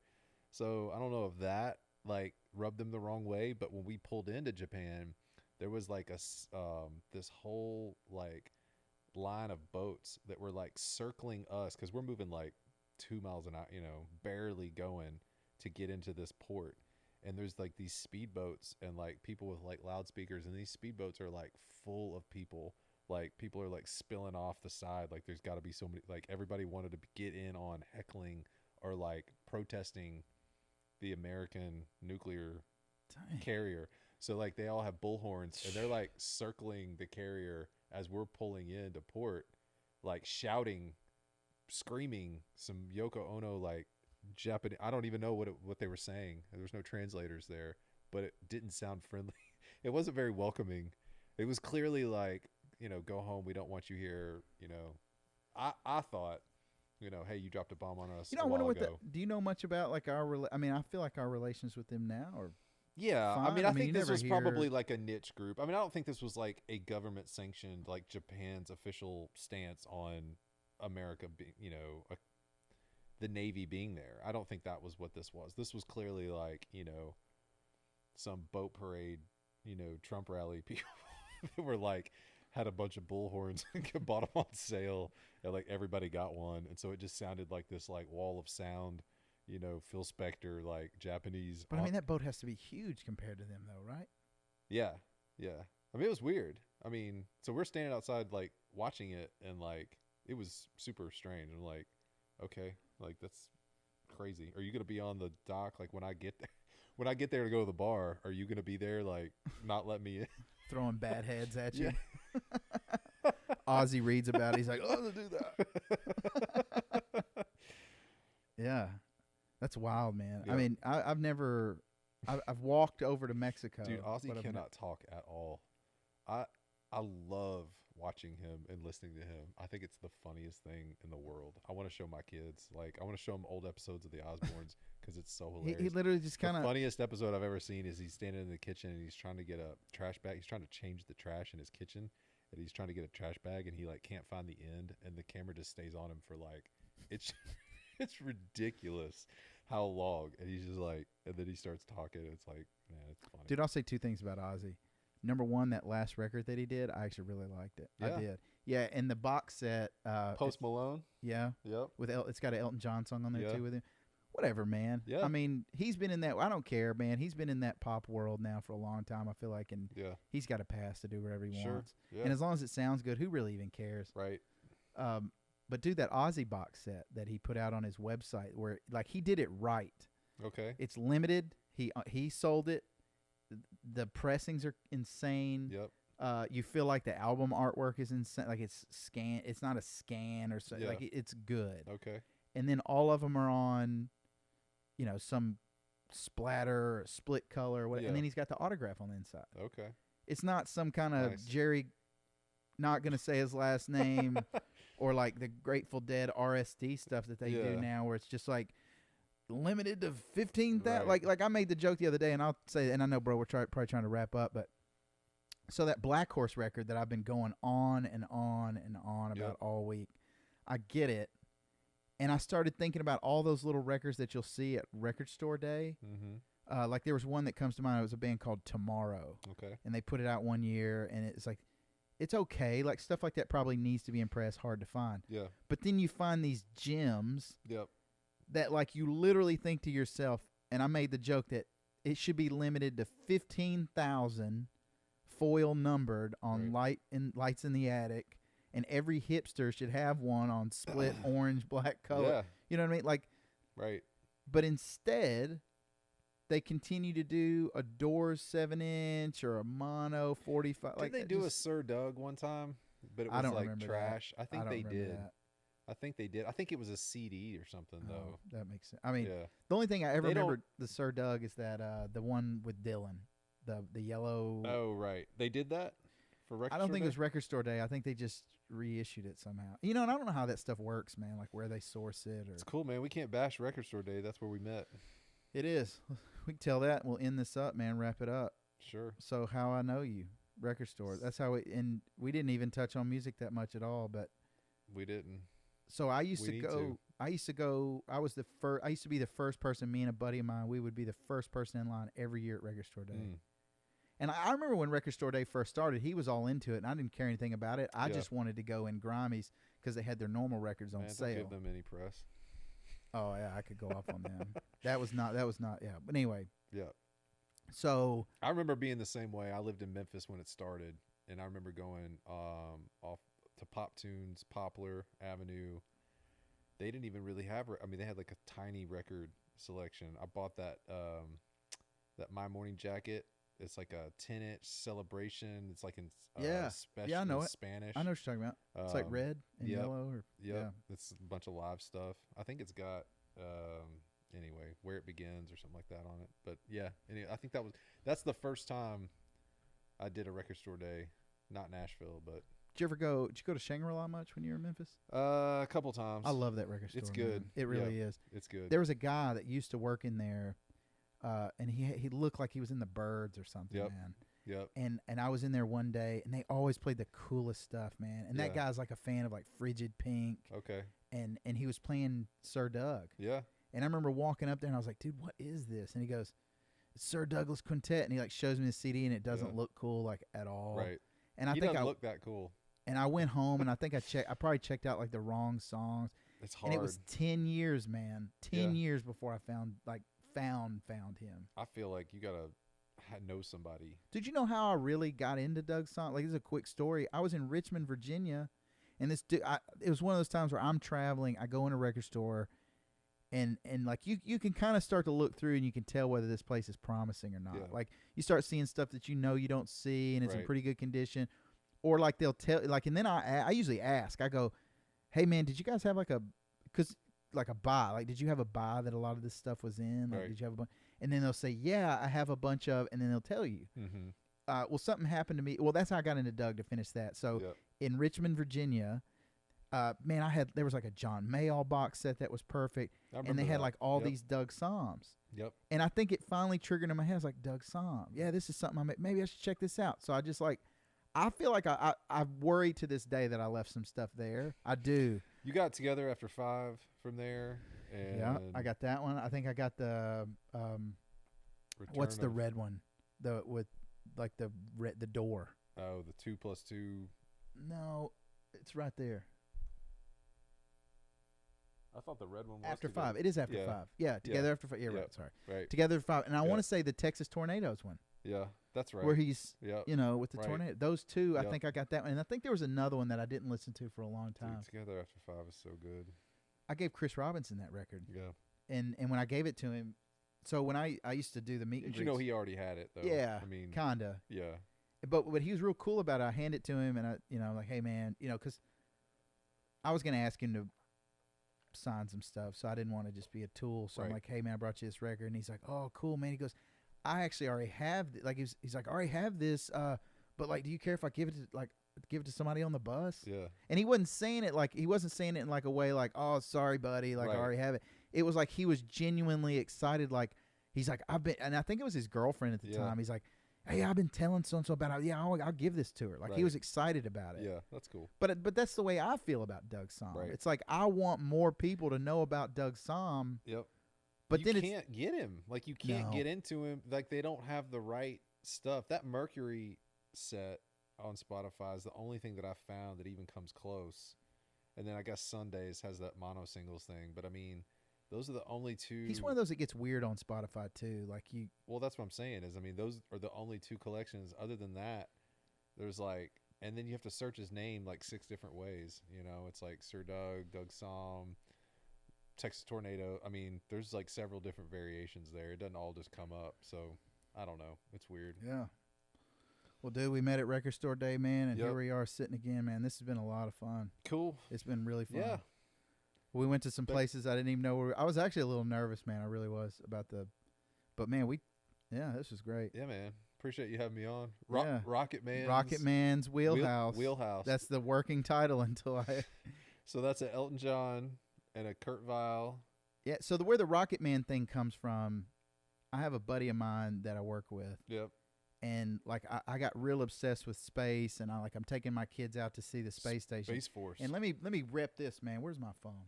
There's an app that tracks the space station. Yep. And I'm 37 years old, and nobody ever showed me this, and I feel like I want to tell everybody in the world, because I'm walking my kids, and I'm walking by these houses, and I look in, and I'm taking my kids to see the stars, but I'm walking in, or I'm walking over to this field. Let me start this over. So I'm walking my kids. I go by this house. I'm taking them to see the stars and the space station's coming by. Yep. I've never seen it before. Right. I'm thinking it's going to suck. It's going to be some little whatever. Right. And I walk by this house, and inside I see the vice presidential debate going on. Mm-hmm. And then I'm thinking to myself, like, this is a way better use of my time walking my kids than watching this. Sure. So we walk over to this field where they're building houses.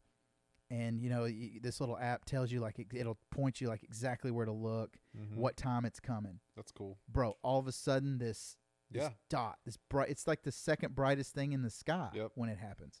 And you see this dot just rip across the sky. And I remember immediately feeling like I was a kid. Yeah. And I'm like, look at that. Look at that. And my kids are like, oh, I see, you know, and they're seeing it, and they're freaking out. And then at the end of it, I was sitting there thinking. Yeah, because you could just watch it. Yeah. I mean, you didn't need a telescope or anything. No. And I was like, but man, here we're watching some dudes going thousands of miles an hour in the sky, right? And then you got this vice presidential debate going on at the same time. And it's like, I kind of think we have our priorities screwed up, dude. There's like these dude, like the dude up there. Everybody should have been watching that. Yes. Yeah. Yes. Like, dude, we as human beings. Plus, you can record the debate, so, you know, go back. Or don't watch it at all, because whatever. I get it. Yeah. But, like, so, man, you know, so the Rocket Man thing, that came from my obsession with that. And, like, I had a buddy who started calling me Rocket Man. You been down to Huntsville? No. NASA stuff? No. I haven't been down there either. No, but I have some family that lives in Athens, Alabama. Okay. And when you're driving down 65, when you cross from Tennessee to Alabama, they have one of those Saturn V rockets sitting there. Yeah. Supposedly that one, as far as, I mean, I could be wrong, but what I understand about that rocket is it never went to space. Okay. They never used that one. We need to go back to sidetracks. Yeah, that's a good venue, man. Somebody needs to play there. Oh, that's Odell's. Yeah. So Spaceman's Wheelhouse. Rocket Man.